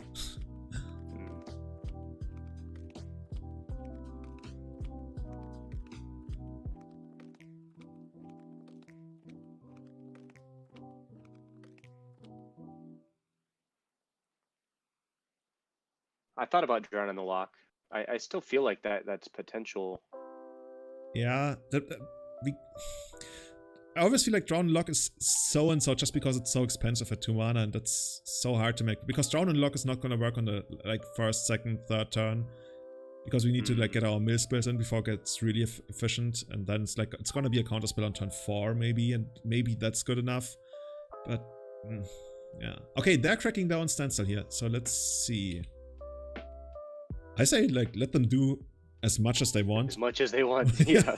Oh my god, we have double Brain Freeze. Okay. Opponent. Wait, they're casting a Brainstorm in response to their own Brainstorm. What is even wrong with them? Okay, I mean, sure. Andy's saying, I think we can kill them. We might actually be able to kill them. That's actually a really good point. If he fetches, too. Yeah. He's probably gonna fetch in between Brainstorms, right? We might actually be able to kill them and, like, to have them commit suicide with their own Brainstorm. They must fetch here. Like, I think they must fetch here, right? There's no way. Okay, let them fetch. And I think at this point, gonna hit them. Storm count keeps rising, man. Yeah, I like that. Storm all the way. Up until now, they still didn't really know what we were playing. I guess they could guess by the Enforcer. We could even daze their. We could crack our fetches and then daze their Brainstorm just to get another storm count. I think at this point, we probably. God, there's so much stuff to do. Can we even, like, can all of those find spells, lands? I think one of our fetch lands is already dead. Let's double check. Yeah, so... So we have 5. Yeah, I think one of them's dead. So in this case, I think we should really fetch before we do anything. Just because, like, if we cast Visions, and then Visions ends up drawing another land, then the other fetch land's gonna be dead as well. Wait, Swords to Plowshares in response to this? I think then we get this one in, right? For 2 more mil. This game is spinning out of control. Yeah, that'll be 4 mil, yeah. Yeah. Yeah, this turn's great. I have no idea. I would just crack everything and then do our brain freezes and then we back up with the visions and refill. I think we're not even gonna like need another turn here because we're just like spinning out of control like super hard here. Wait, the opponent is down to 21 cards. I think. Oh yeah, then the 2 brain freezes just do it itself. Yeah, and we can just like maybe they're gonna fight over the visions. Actually, no, we shouldn't cast the visions because we're gonna need the mana for that. So there's 1, 2, 3, 4. Oh no, all of our fetch lands can still find something. That's actually good. Oh, everything's fine. Just trying to navigate this in a way that makes sense. So this can still find something. So we can afford to cast our visions. And then maybe we get the opponent to fight over the visions. Just make sure we keep our 4 mana for both of our brain freeze. Yeah. Actually, there's... Why did I think I could fetch more than I could actually fetch? There's this one and this one. Yeah, that's fine. Oh yeah, because the other one couldn't find it. Okay. So let's make sure that there's another basic land in here. There's 2 basic lands, that's fine, okay. And now we need to make sure we get enough blue. So if we do it like this, and then yeah, that's still good. Actually, oh no, I hope we don't draw the sec. Okay, we didn't draw the. Well, we need our 4 mana. We don't want to visions, do we?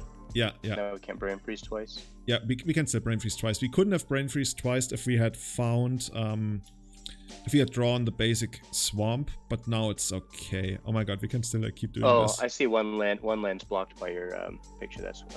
Ah, okay. I think. Oh no.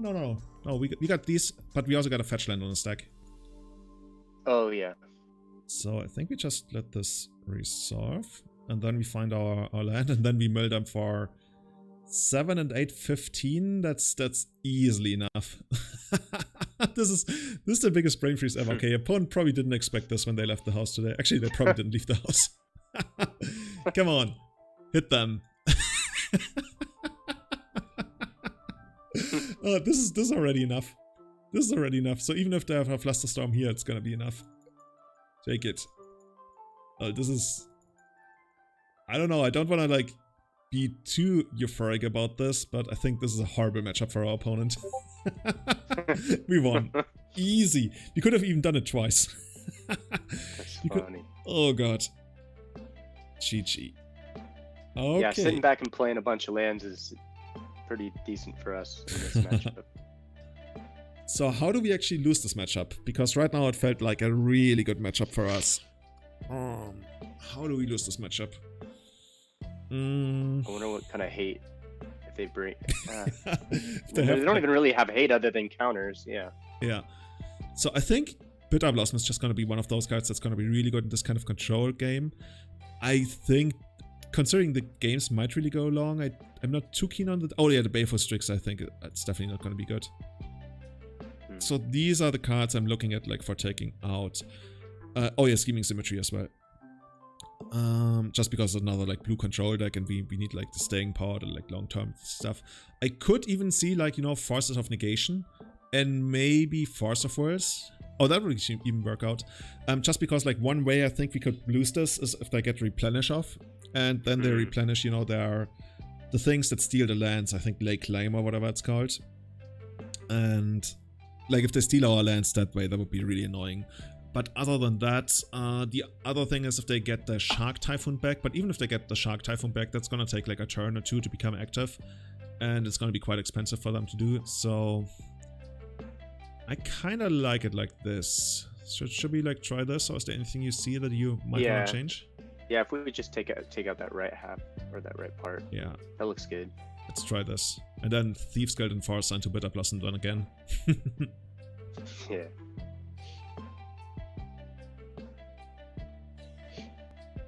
Yeah, Gobo Hunter is asking whether Glimpse is that good here. Glimpse is like the next card that I'm looking at for checking out in this kind of matchup for sure. Because Glimpse is also going to help them out quite a bit. Oh, finally! Finally, we get one of our turn 1 Ruin Trap turn to Fetchland hands. And we even have Archive Trap. I think we're keeping this. This feels really good. Yeah. So yeah, maybe if it comes to a third game, we're actually taking out the Glimpse the Unthinkables because it does fuel their replenishes quite a bit. Crab beats against Standstill. Oh dude, Crab actually is another thing they have to deal with under a Standstill. Oh yeah. They might get to 6. Yay. Volcanic Island. Okay, if they have the Lightning Bolt, they do have the Lightning Bolt. Can't do too much about that. But usually like they have like Pyroblast for stuff like that. Maybe they're gonna Pyroblast it. We will see. Because if they don't, then they're gonna get milled hard. Oh, looks like they don't have it. Okay. Oh, Bitterblossom. Huh. Let's start out. Mill 3. Shark Typhoon. Take that. Yeah. What do you like here? I had to refresh my screen, so I can't see it right now. It's okay. reloading on an ad.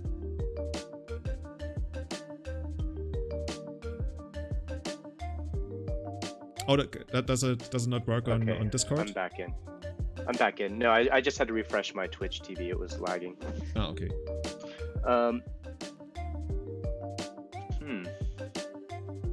I played a Bitterblossom. Yeah. I also like that. That's the most aggressive thing we can do, and I think being aggressive against them is like a really good way to play the game. Because this is like the moment where it's still the most likely to resolve. And I don't really expect it to resolve, but if it does, it's gonna be insane.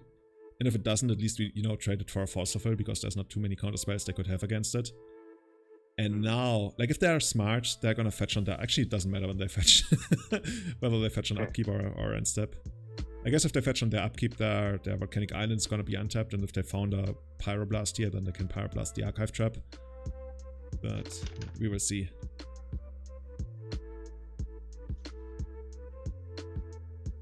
And I hope our Brainstorm next turn is gonna find like a fetch land, so we can get another mill 6 going.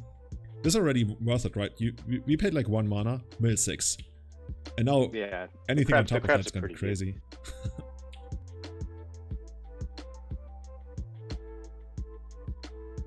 To an explorer, a priceless treasure. To the crab, a rock to call home. Oh, still nothing on the other side? Okay. Okay, now here's a trick you can do. It doesn't make sense to do it first here, but if you're like ever in a spot where you might want to do it, because you need to squeeze out the extra mill, with the Bitterblossom trigger on the stack, we can Brainstorm on our upkeep to maybe find, the Enforcer, then flash in the Enforcer, and then the token coming to play triggers the Enforcer as well. So, do you like Brainstorming here? I think we Brainstorm, right? Yeah. And then maybe find a fetch land. Come on. Yeah, I'm cool Brainstorming. No fetch. Oh god. Okay, no fetch land, but a second crab. And another Archive Trap's not bad. Oh god, this is so much. This is so much. This is insane. I mean, you can just yeah.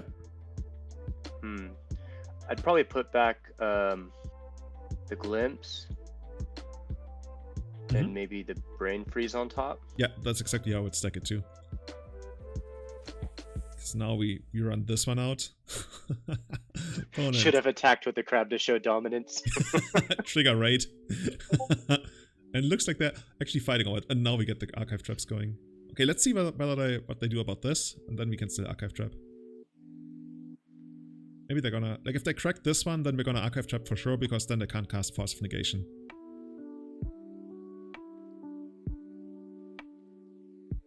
Oh, okay, now I think it's time to do this.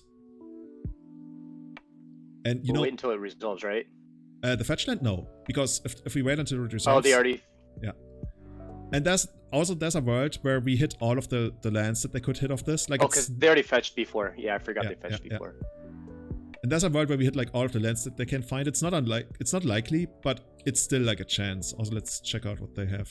Oh, they're at 18. And we're about to mill 6 more. I'm just like checking what like, so Mentor is a card they can beat us with. They do have Pyroblast and Red Blasts. Supreme Verdict is gone. They have Seal of Cleansing, which makes sense against the Bitterblossom, even though I guess they didn't know about it yet. But maybe they already know about Dane Mill. They know that Dane Mill is going to bring in Bitterblossoms. Okay, here comes Mill 6. Opponent. Dude, but we got one problem. Like, Replenish next turn is going to be insane if they have Replenish. Oh, yeah. Let's see. How many Replenish have we Well, made? is our Visions online right now? Our Visions is Visions online, should be online. So, there's one Replenish. There's only one Replenish in the graveyard, which is a little bit scary, honestly. I guess we could Visions again. Like, we could Visions here. We probably might want to Visions. Yeah, I would do that. Because we can find another Archive Trap. I'm game for that. And then we just take them out. And if we don't, maybe Force of Will. Okay, now... Ooh. Dude, we can't really do anything about the Archive Trap there, but...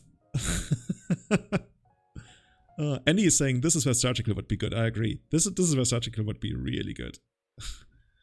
I wonder though, like, is Replenish actually gonna do it for them? Probably. Depending on how many lay claim they have. We still have Bitterblossom though. So, dude, I almost want to see what the Replenish does here because it's gonna be crazy. Okay. Okay, this is... Dude, they got 2 standstills. When we, like, the next time we cast a spell, they have to draw 6 cards. So they might just be dead to a single Brain Freeze.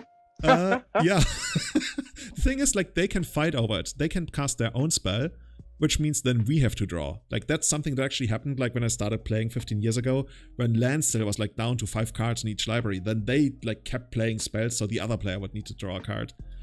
But this is absolutely madness here. I don't even know what's about to happen. So they cast out our Crabs, I guess. That makes sense. Then they would probably Seal of Cleansing our Bitterblossom. They can even Seal of Cleansing their own standstills. All of this is like way out of control. Somebody take a screenshot and post this on Twitter.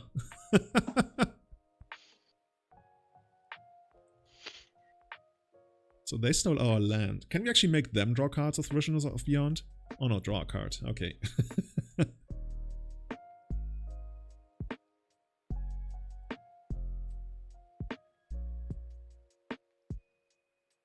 So, wait, they actually took out their own...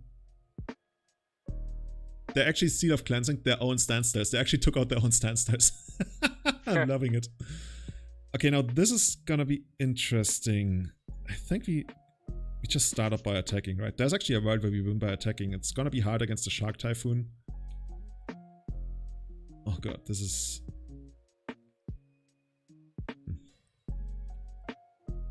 I think at this point we gotta check how many Force of Wills are gone. Because Force of Wills are gonna give them 5/5 Flying Sharks, which is a problem. There's the graveyard. 1, 2, 3, 4. There's no more Force of Will in the deck. There's no more Force. So there might be Force of Negation. Like I think we saw Force of Negation. There might be like 1 or 2 or none. But I think it's worth it to I guess Visions of Beyond. Yeah, I would Visions. Yeah, especially since they're tapped out. This is probably like the best place to still try and make it work. Okay. Huh. I think we just run out the crap here, right? Yeah. Then we'll see what they have left, whether they can deal with the almighty crap. There's the island. And basically, as soon as we're gonna have some mana, like next turn we're gonna have 3 mana, we can just like try and set up a lethal Brain Freeze. And they need to kill us with the Shark Typhoon like really quickly. And maybe they can, but we're also gonna have a bunch of blockers because of their fairies. Okay, this is the craziest game I've played in like a couple of weeks. This is a fun one. So, opponent. What is your plan? We have kind of like a plan. My favorite part is when they had to use the Seal of Cleansing on their own standstills. Okay, so Chase. Yeah, I don't know about Chase, man. I mean, okay, Chase is there, so you can make a Shark token. I get that. Okay, that's fair.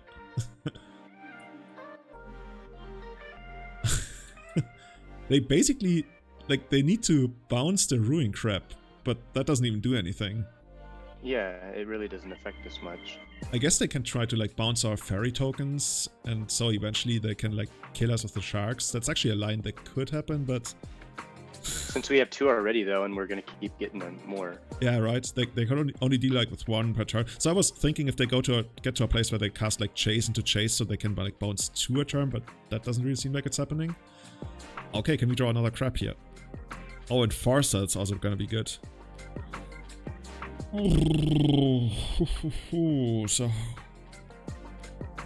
do we run out both crabs? I would just do both crabs. Yeah, always go full crab.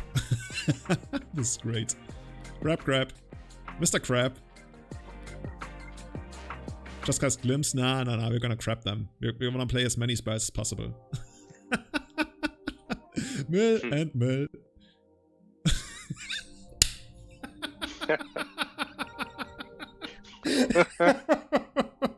Nice replenish. Oh, that feels great. That feels great. 2-0, easy game. I mean, this is how this deck works against control, right? This it feels like the opponent it's funny to play against control a lot of times. Yeah, that like on a strategic level, they're really not prepared for any of what we're doing. They're like, oh, I'm gonna counter you like your single most important spell and blah blah blah blah blah. Like, yeah, we're just like, we got crabs. That felt good. That felt really good. Maybe we're gonna get paired against them again. Oh man. So you said you produce a lot of music, right? I saw that on your Instagram. Yeah, I do audio engineering and I play in bands. Well, right now I'm just in one band. I have my metal band, but I had my alternative rock band that we toured with. But I do a bunch of studio work. Like right now, I just we're finishing a mashup of Aerosmith's "Living on the Edge." Oh wow! But we mixed a lot of like a couple rappers in there. I'm playing like psychedelic guitar. We got some classical piano. There's strings. It's like a huge production. Okay, that sounds really huge. So when that we're trying to get a video put to it this weekend to get it out before the election, but yeah, that's been the biggest thing. I've been like last night. I pulled an all-nighter last night. I think I slept like 2 hours last night. Okay. I'm running off coffee right now. The chat is asking, what's the name of your band? The metal band would be Mindful of the Dead. Mm-hmm. If you like metal, and we have that. We have our EP out on SoundCloud, and we're working on our we're finishing up our full album right now. Really, probably in the next couple months we should have that done. But yeah, Mindful of the Dead, and then the other alternative band that I was in before was Angeline and Blind Innocence, and that's got like a classic rock mixed with some folk, some alternative rock. It's just kind of a blended band. If you don't like the harder stuff, I'd check that out. Angeline and Blind Innocence. Awesome. So if that's anybody, on Spotify. If you or anybody in chat wants to post a link to that, so you definitely go ahead and post that in chat. About this hand, we're playing against Twindom. Name rings a bell, but I don't know what they play. How do you feel about this hand?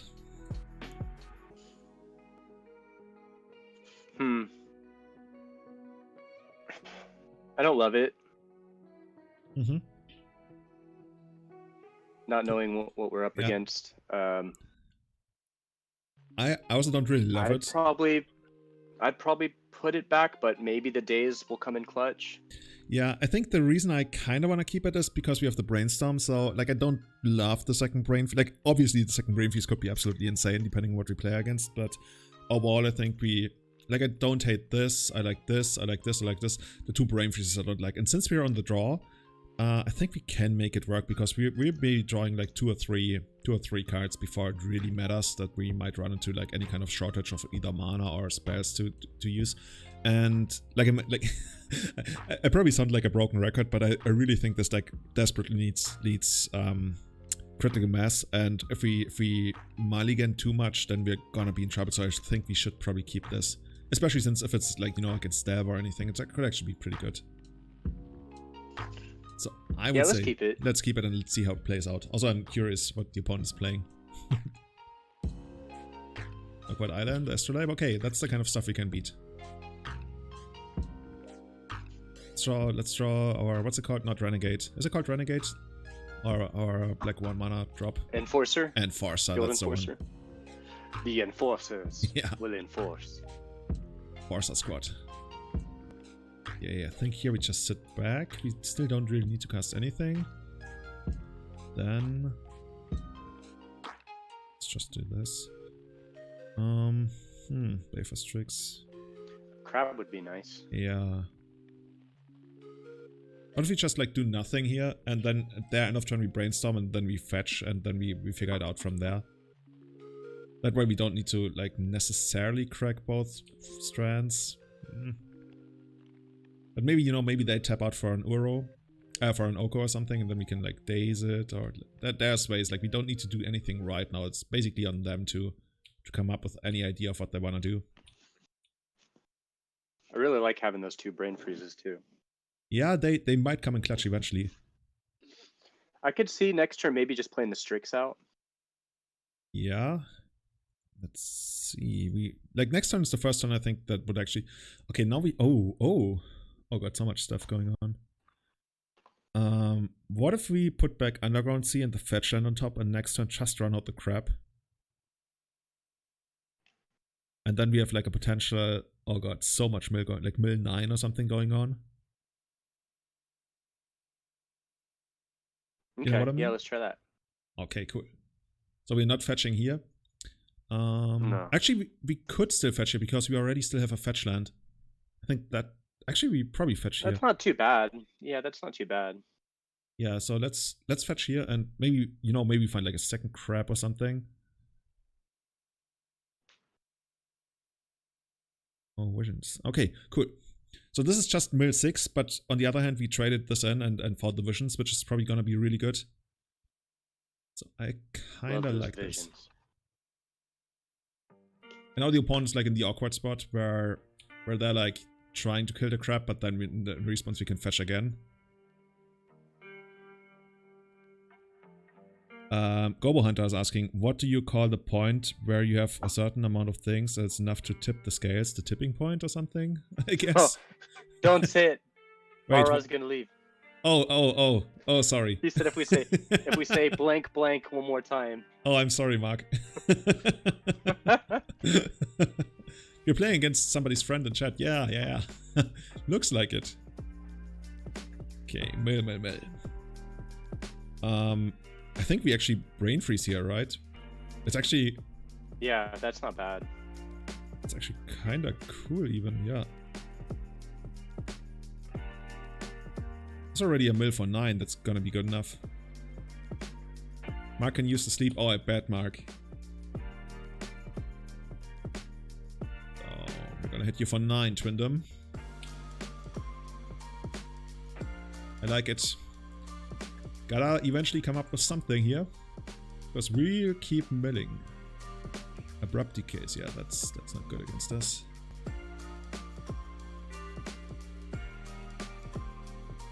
I always kind of try to keep a track of how many lands early on, if I can know a lot, how many lands they have left, just to wonder.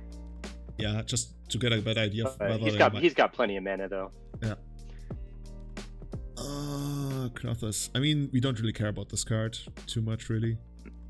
Yeah. I mean, we can't daze it anyway. I think we just let it happen. I like that it can't target creatures. Should we? Is this like... Is worth fighting over? It's gonna be hard to eventually find something to connect the Daze with, so I'm wondering. I mean, on the other hand, the Daze can fuel the brain freeze a little bit more, and like quite easily. So maybe we just let this happen, and you know, we eventually go for a turn where we just like throw in the brain freeze on anything, and then the Daze in anything, and then brain freeze. I don't hate that. Also, this draws an extra card for them, which could be good for us. I'm torn between dazing this. Yeah. What's annoying is... Actually, no, it's not annoying. I was gonna say this puts them to 19 cards in the graveyard, but next time we just run out this one, mill for 2, and then we draw 3 cards. Oh yeah, that's a really good point Gobo Hunter chat, by the way, is making. By letting this resolve, then we can use the Daze to protect our visions next turn, because I think they already made... they made 4 land drops. So yeah, we're definitely gonna let this resolve. That sounds good.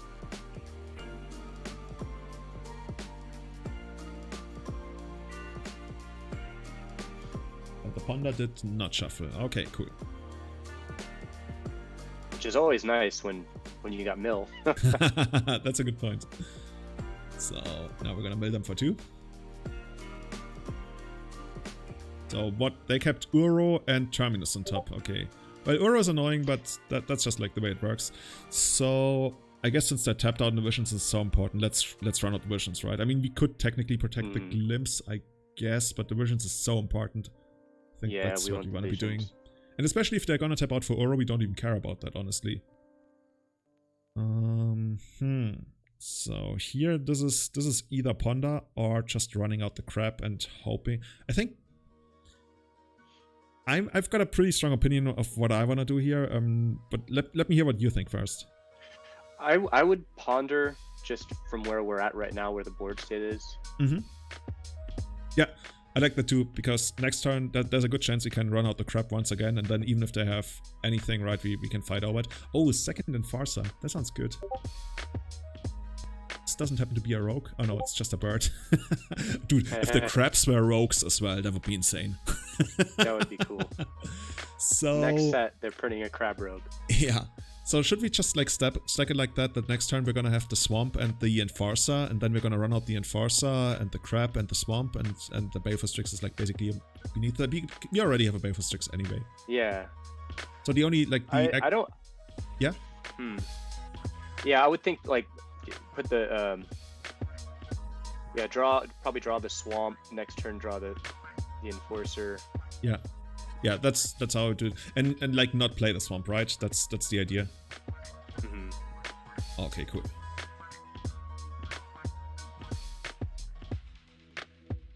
But let's see what's gonna happen on their side. I mean, right now if they don't even have an extra land, they're probably gonna. I could see them just getting their Earl out this turn.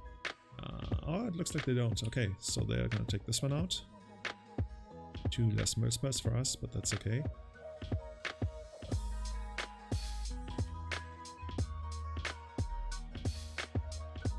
Okay. I kinda almost wanna... Also, we're getting like really close to double brain freeze, by the way, here. I think, honestly, like, I don't hate dazing. It's also gonna give us another card in hand for another land in hand. Like, a reason not to daze would be that we can protect the crab from a Force of Will. But... I like where we're at, so I would just daze it.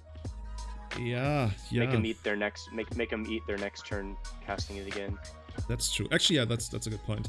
The other thing that I was considering was if we don't daze, then the Baleful Strix is still gonna like put this into the graveyard, kinda at some point. But let's see. Actually, if they're gonna fight over the crab, then we can still get maybe like a good brain freeze off or something. So let's see. Okay, that's just like a tap. Easy. Okay, cool. I mill them for 3 again. Choose target player. And I guess do we like main phase the Enforcer here? I guess, right? Yeah. Yeah, let's just get it down. Let's put pressure on them to do something to deal with our stuff. We could Glimpse here, yeah, but we don't even need to. I think the way I imagine the game to play out is that we don't even like cast a Glimpse anyway. That we are probably gonna win with the crab and the 2 brain freezes. I mean, we can still throw the Glimpse out next turn. It's probably like the way to go about it, and then see whether they fight over the Glimpse and then we brain freeze. But I don't think that the Glimpse will actually resolve in this game. But if it does, it's all the better, right? Why not? Fetching would be really sweet next turn. Yeah. Okay, Uro. Third try. Third time's a charm.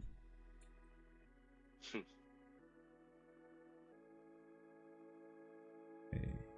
Opponent draws an extra card. Haha. Every time they draw a card now, it's like minus 5% of their deck. Oh, and now we can like actually set up a double glimpse. Or a double brain freeze, I mean. I wonder, do we just like not do anything? Like we could run out the Strix because the Strix is really annoying for the Uro.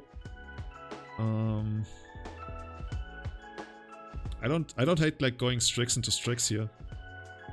Yeah, I don't hate that either. Yeah, because that basically forces the opponent to do something. I guess if we're gonna go Strix into Strix, I shouldn't have played the land yet, because this Strix might find a fetch land. Okay, it didn't anyway. Yeah. Chat is asking whether the opponent has any counters left. I actually don't know. We're gonna count those up. Oh, there's a fetch land. Okay, opponent. Let's count the Swords to Plowshares and the counters. So there's 3 Force of Wills. You see 3? Okay, that's cool. 3 Force of Will and 1 Force of Negation gun. So there's like only 1 or 2 Force of Negations left, or forces of any kind.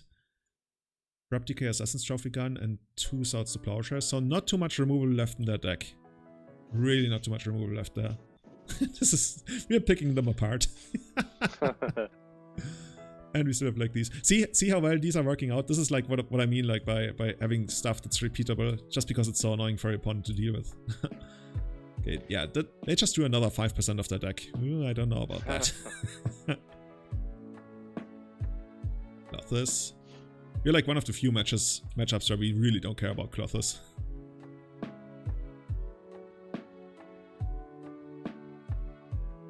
Okay. No, I'm not playing in the Bavarian League. I was gonna play in the Bavarian League if it was gonna be a Magic Online, but yeah. But it's still great. It's like really great. The price went down to 15 euros if you want to play in that. Okay, everybody's coming in. They're drawing another 5% of their deck. I guess this is like an easy block here, right? And then probably even here. And that's pretty... Right? Anything else you would block? I like that. Yeah. No, I think that's cool. It's gonna buy maximum time. And then they might just like recast Uro once again. We're getting ever so close to really just getting them with the brain freezes. Oh, by the way, next turn we're gonna have turn we could just glimpse, and then if they fight over it, we just finish off with the brain freeze. Yeah. Like we have a mill 6 coming up next turn. Yeah. Oh god. This is amazing. Gifty, why did it come down from 25 euros to 15? I think because it didn't have enough people to enter it, and that's quite a shame because the prices are insane. Like they're paying out 80% of the prices, and the first place is gonna get that sweet altar Brainstorm. And I think last time I checked, there were only like 4 people registered for it. So if you like webcam magic, definitely enter that tournament. And I know for a fact that the organizer is gonna be good for it, like all of the prices, so you don't have to worry about that at all. Oh, by the way, we actually don't have a mill 6 coming up because the Flooded Strand can't fetch our swamp, and we have this one in hand. So how about we go for... Or 3 and then just a glimpse, that's 13 right there. Yeah, I'm just like trying to understand how we should do it if in case they have a Force of Will or something, right? Because I think that's one of the few things they can still have. I kind of want to ponder just so I can find a fetch land that can basically find our last swamp. So any of the Prismatic Vistas or anything else. And it also adds to the storm count. Okay. So we found the Polluted Delta, that's great. I'm gonna draw on that. Of your library, no. Has anybody kept track like how much the crab has actually milled? And that deck is like, they can't do anything against us. Plague Engineer on crab? Yeah, I guess if you get 2 Plague Engineers going on crab, or like 3, then maybe. And mill again. Easy game, easy life. I think we know we just double brain freeze them.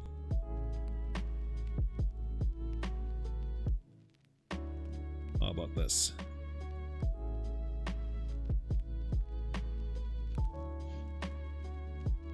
Okay, and one more. The only thing that can like save them. Okay, they already conceded. Okay, let's actually check out what they actually had.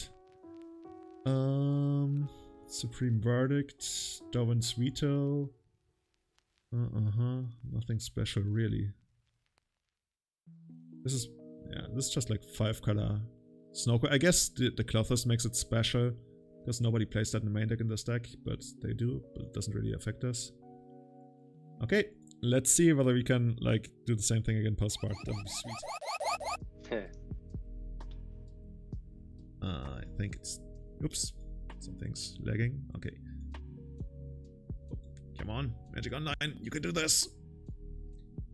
I would think this is definitely going to be another Bitterblossom game. And then I'm not too sure about the rest.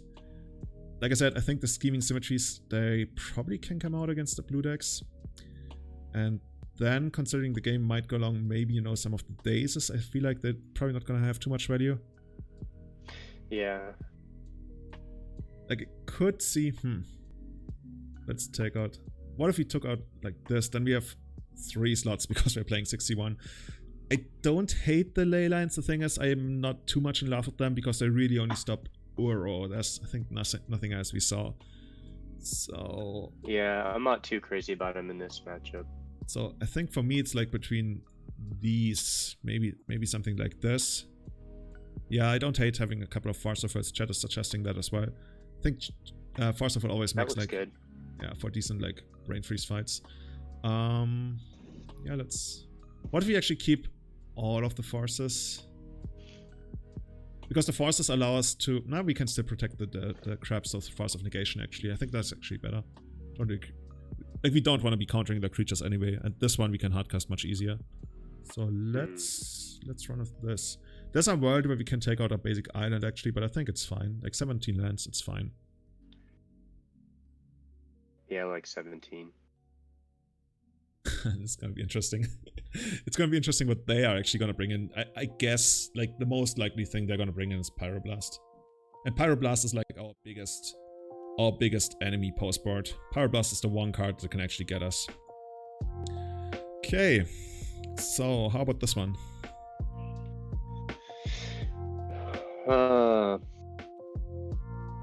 I really...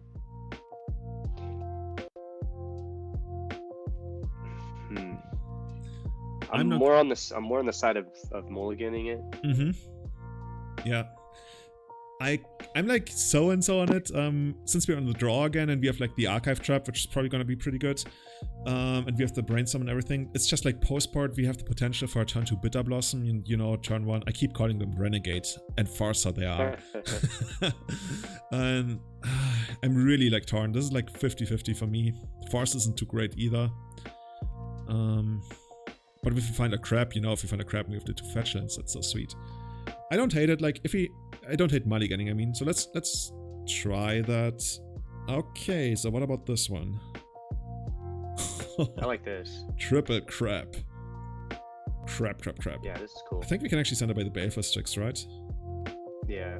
That's the card that's gonna have the least impact. And we can crab them out really hard. Jim Miles, the clip that shows up, that's actually not from Hotshots, that's from... what's it called? Top Gun, and that accidentally shows up because I didn't configure my stream deck correctly. Quadruple crab. Let's go. Let's go. I think we just run out the crabs, right? And we hope to hit something. Otherwise, we can always ponder next turn and find something. Yeah, we're gonna bury we them. Can get those crabs. out. Oh my god. Imagine if you had Black Lotus and you went triple crab on the first turn. Come on. I think actually if you find a land, we probably Bitterblossom. Okay, I think at this point, you probably want to ponder, right? So we can like hit a land and then run out the crab. Hey. Oh, more crabs. No.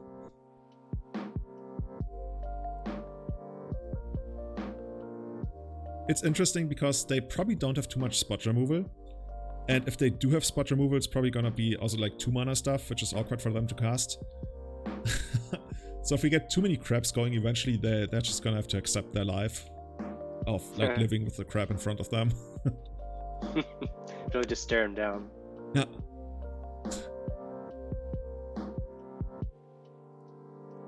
was like, should I Oko this? I don't want to. Oh, they got nothing? Okay, come on, fetch land. Fetch land would be insane here. Fetch land would be super insane. Okay, they're doing something. Oh, Red Blast. Okay, okay, okay. Oh, it actually... Oh my god. Are we gonna double crab them now? Yeah. Let's do that. I didn't come... They're gonna be like, what the hell? I already killed 2 of them. They're like, I didn't come into this game not to be crapped on.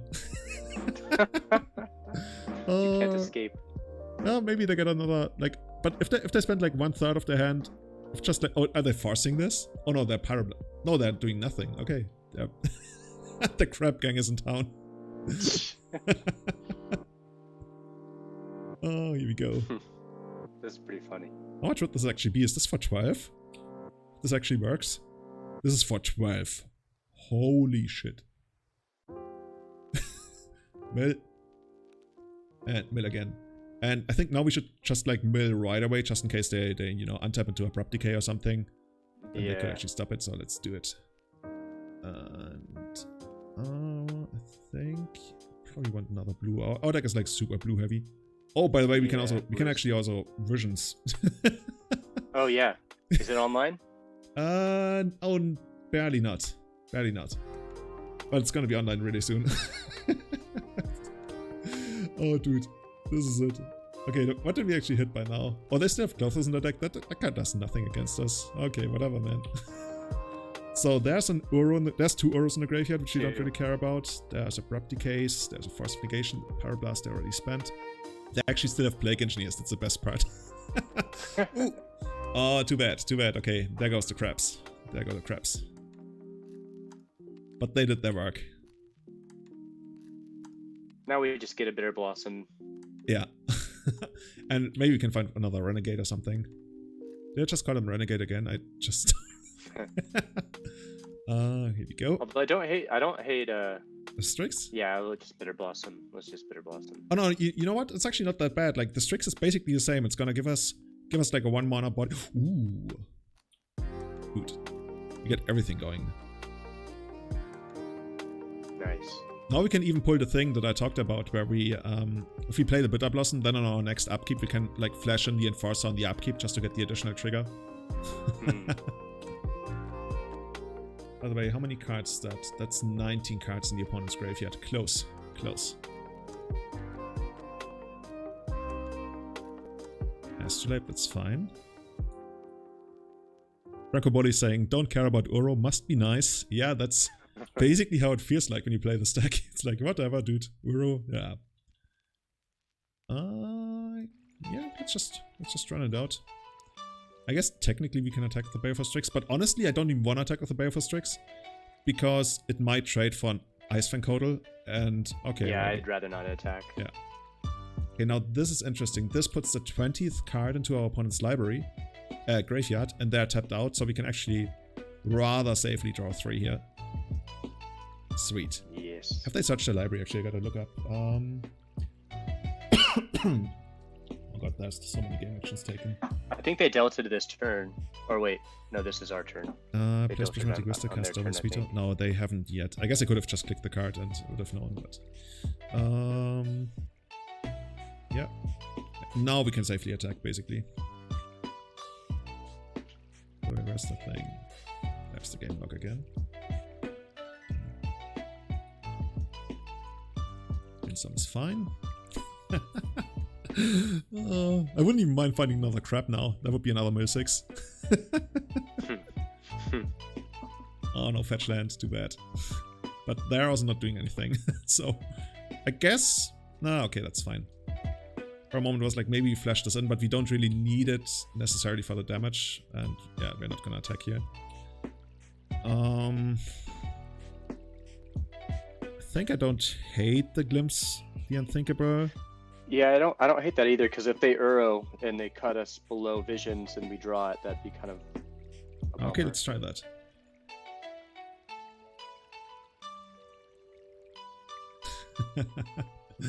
I guess this could be a hardcast Force of Negation. No, we just... Oh, Celestial Purge. They really fear our Enforcers. Anything else that we see here? Okay, it's good that the Supreme Verdict is gone again. That card's annoying. And Terminus, yeah. Yeah. And I guess we just run out the Strix here. That's fine. Just gonna draw another card. Maybe, you know, maybe we just find another draw 3 or something. More Death Touch. Yeah. Need more Death Touch. Down to 20 cards, man. That's so sweet. Yeah, this is like a zoo deck. It feels the enforcers are enforcing all the animals. Oh god. Okay, this is probably gonna turn to a 3/3. Okay, sure. Dude, search your library. I want you to search your library. I don't mind just trading here so we can buy time. How many crabs are there left? Oh, now we got the double enforcer thing. Now that's great, right? We could even hardcast our trap, but I think the double enforcer thing is better because it looks like they might have like a Pyroblast. Let's just mill them for 6 here. Yeah. And this one as well. Get all the triggers.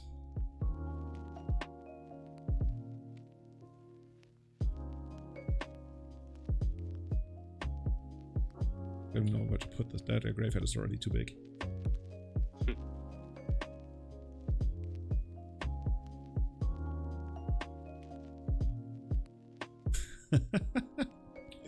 Mill. Okay, cool. And I guess that's a free attack on Oko, so they can't steal our enforcers. That's good. Yeah. Go. Take this Oko. We're also getting to a point where like they might not even like be able to fetch anything from the library anymore because we might have milled too many lands.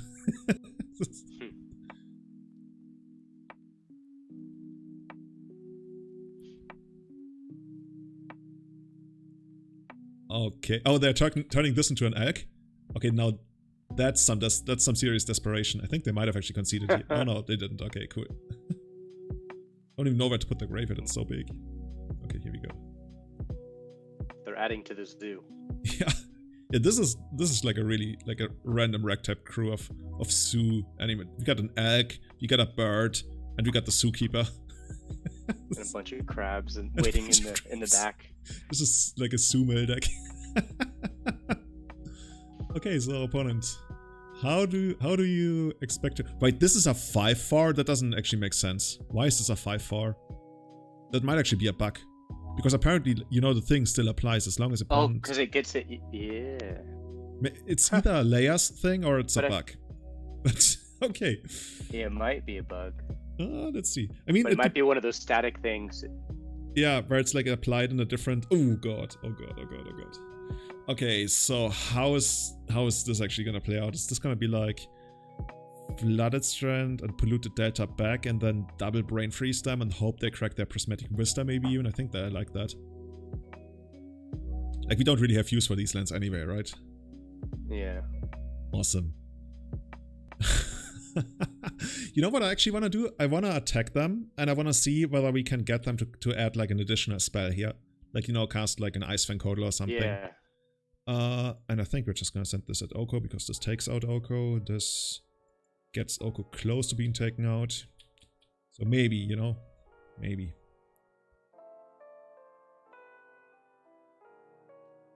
I don't think they would just like let Oko go like this. Okay, they have Abrupt Decay. Number 2 spell. Interestingly, they made... now. Yeah. Okay, cool. So, opponent, how about this thing? Don't we have mill 15? We probably have enough. Yeah, this is for 9, and the next one is for 12. Oh, they have Stifle. Oh okay. yeah, more than that. I mean, I guess we let that one happen because now if we like brain freeze and respawns, they could maybe Flusterstorm everything. So we just mill them for 3, but now we mill them for 15. So they need something else as well. Like just the one Stifle. By the way, why do they have Stifle? What's going on here? This game is wild. This game is really wild. And we go again. Okay, opponent shows. Yeah, opponent wants his money back. Yeah, they're like dropping from the league. I've seen it at a tournament, by the way, at Bazaar of Moxon, and the guy was like, "This was such a bullshit match in round 1 of the tournament. I want my money back." Like, yeah, that's not how it works. Oh, we got them, dude. We got them. We won the match. Nice. Yeah, dude. This deck just like destroys control decks apparently. Oh man. So, what are your thoughts after this? After playing this, I think this is the second time we've played this. I like this rendition better. You know, as much as I like the symmetries, I feel like they could be better things, like you're saying, the recurring type stuff. You know, if we max out the enforcers. I can't think of really much more that I would have. Yeah. Maybe if we could find space for like a couple spell pierces, that might be cool. But yeah, I don't hate like spell pierces. Maybe we try to do some. But what's cute about the Dazes is that they work kind of well with the Hedron Crabs. So I think that there's something about those. The Brain Freezes actually came in clutch. The Brain Freezes are not that great against some other kind of decks. So I think what I would do is I would go to okay, Magic Honor is lagging again. I would probably go to 4 Enforcers, cut the 2 Scheming Symmetries. That would basically put us to 60 cards anyway. And then from there, I basically like the way this is right now, right? We have the Baleful Strix, which we could consider something else for. Maybe Spare Pierces, maybe like a mix of cutting some Dazes for Spare Pierces, maybe cutting the 4th Brain Freeze, and, you know, maybe like having the 4th Brain Freeze in the sideboard or something. Sideboard overall, we didn't really need too much of our sideboard. Bitterblossoms were insane, right? Bitterblossoms. Yeah, those are good. They were so good, I almost would consider like, actually, like, if you ask me, I'm immediately making, I'm immediately making this swap.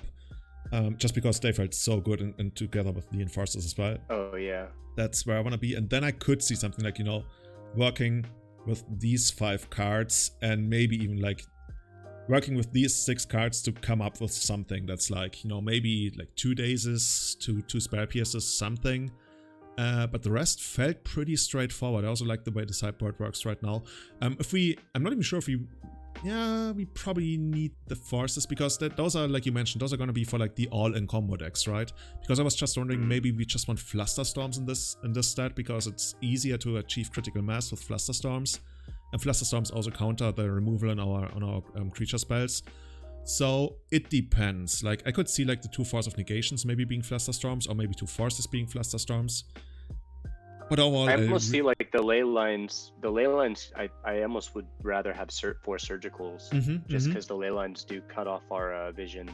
That's actually a really good point. I think we should probably like play Surgicals. It also it's gonna be a little easier on our mulligans and stuff. Like Leylines can be awkward on multiples especially.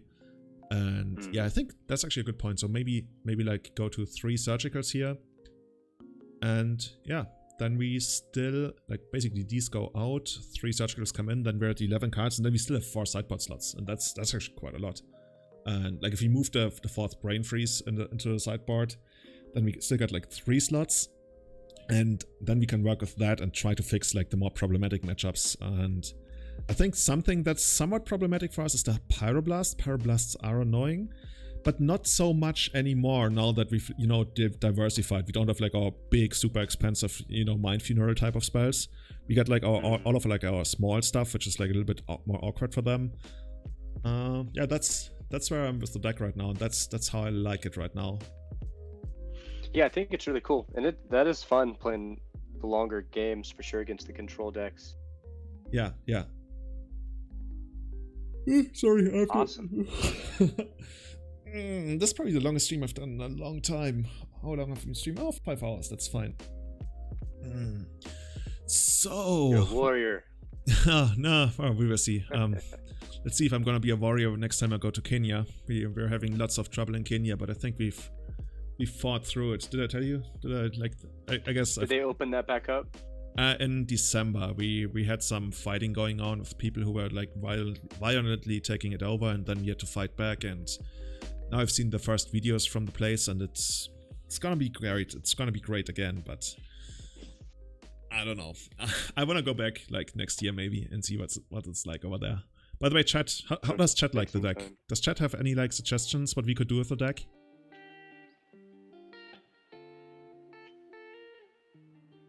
Chat is talking about Eternal Weekend. Yeah, definitely check out Eternal Weekend as well.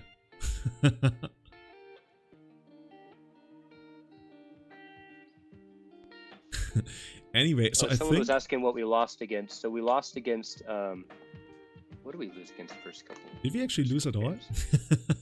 Oh, we lost to The Death and first Taxes? two matches we lost. Yeah, Death and Taxes was one. Did we lose to the first Burrow deck? We lost to Pokemoki, to Jeff. That was the Pokepile deck. That's kind of rough for us. He also played it really well. And this one, I guess we can watch the replay to remember what it was. I think that's the one where we had... Oh, yeah. That's the one where we had Leyline and we set... Or was it against Jeff? I don't remember. Let's check it out here. Yeah, the one... yeah, Infect. And then there was that, like, one of the games where we actually got pretty far just off that one swamp. Like, that was pretty impressive. Yeah. Oops, where are we? There we are. Awesome. Yeah, that was the one game, I think, where we were playing against Jeff, where we could have gotten a lot further if we ever found that second land, so... This deck is surprisingly competitive, given, like, that Mill hasn't really ever gotten too much recognition in Legacy. And I think, like, these... Oh god, I wish they printed more cards like these. It's so sweet. There were even games where we were, like, close to like, attacking them for lethal, because this is a 1-mana 3-2. The Death Touch. Chat is saying they want to see more of this deck for sure. We'll be doing...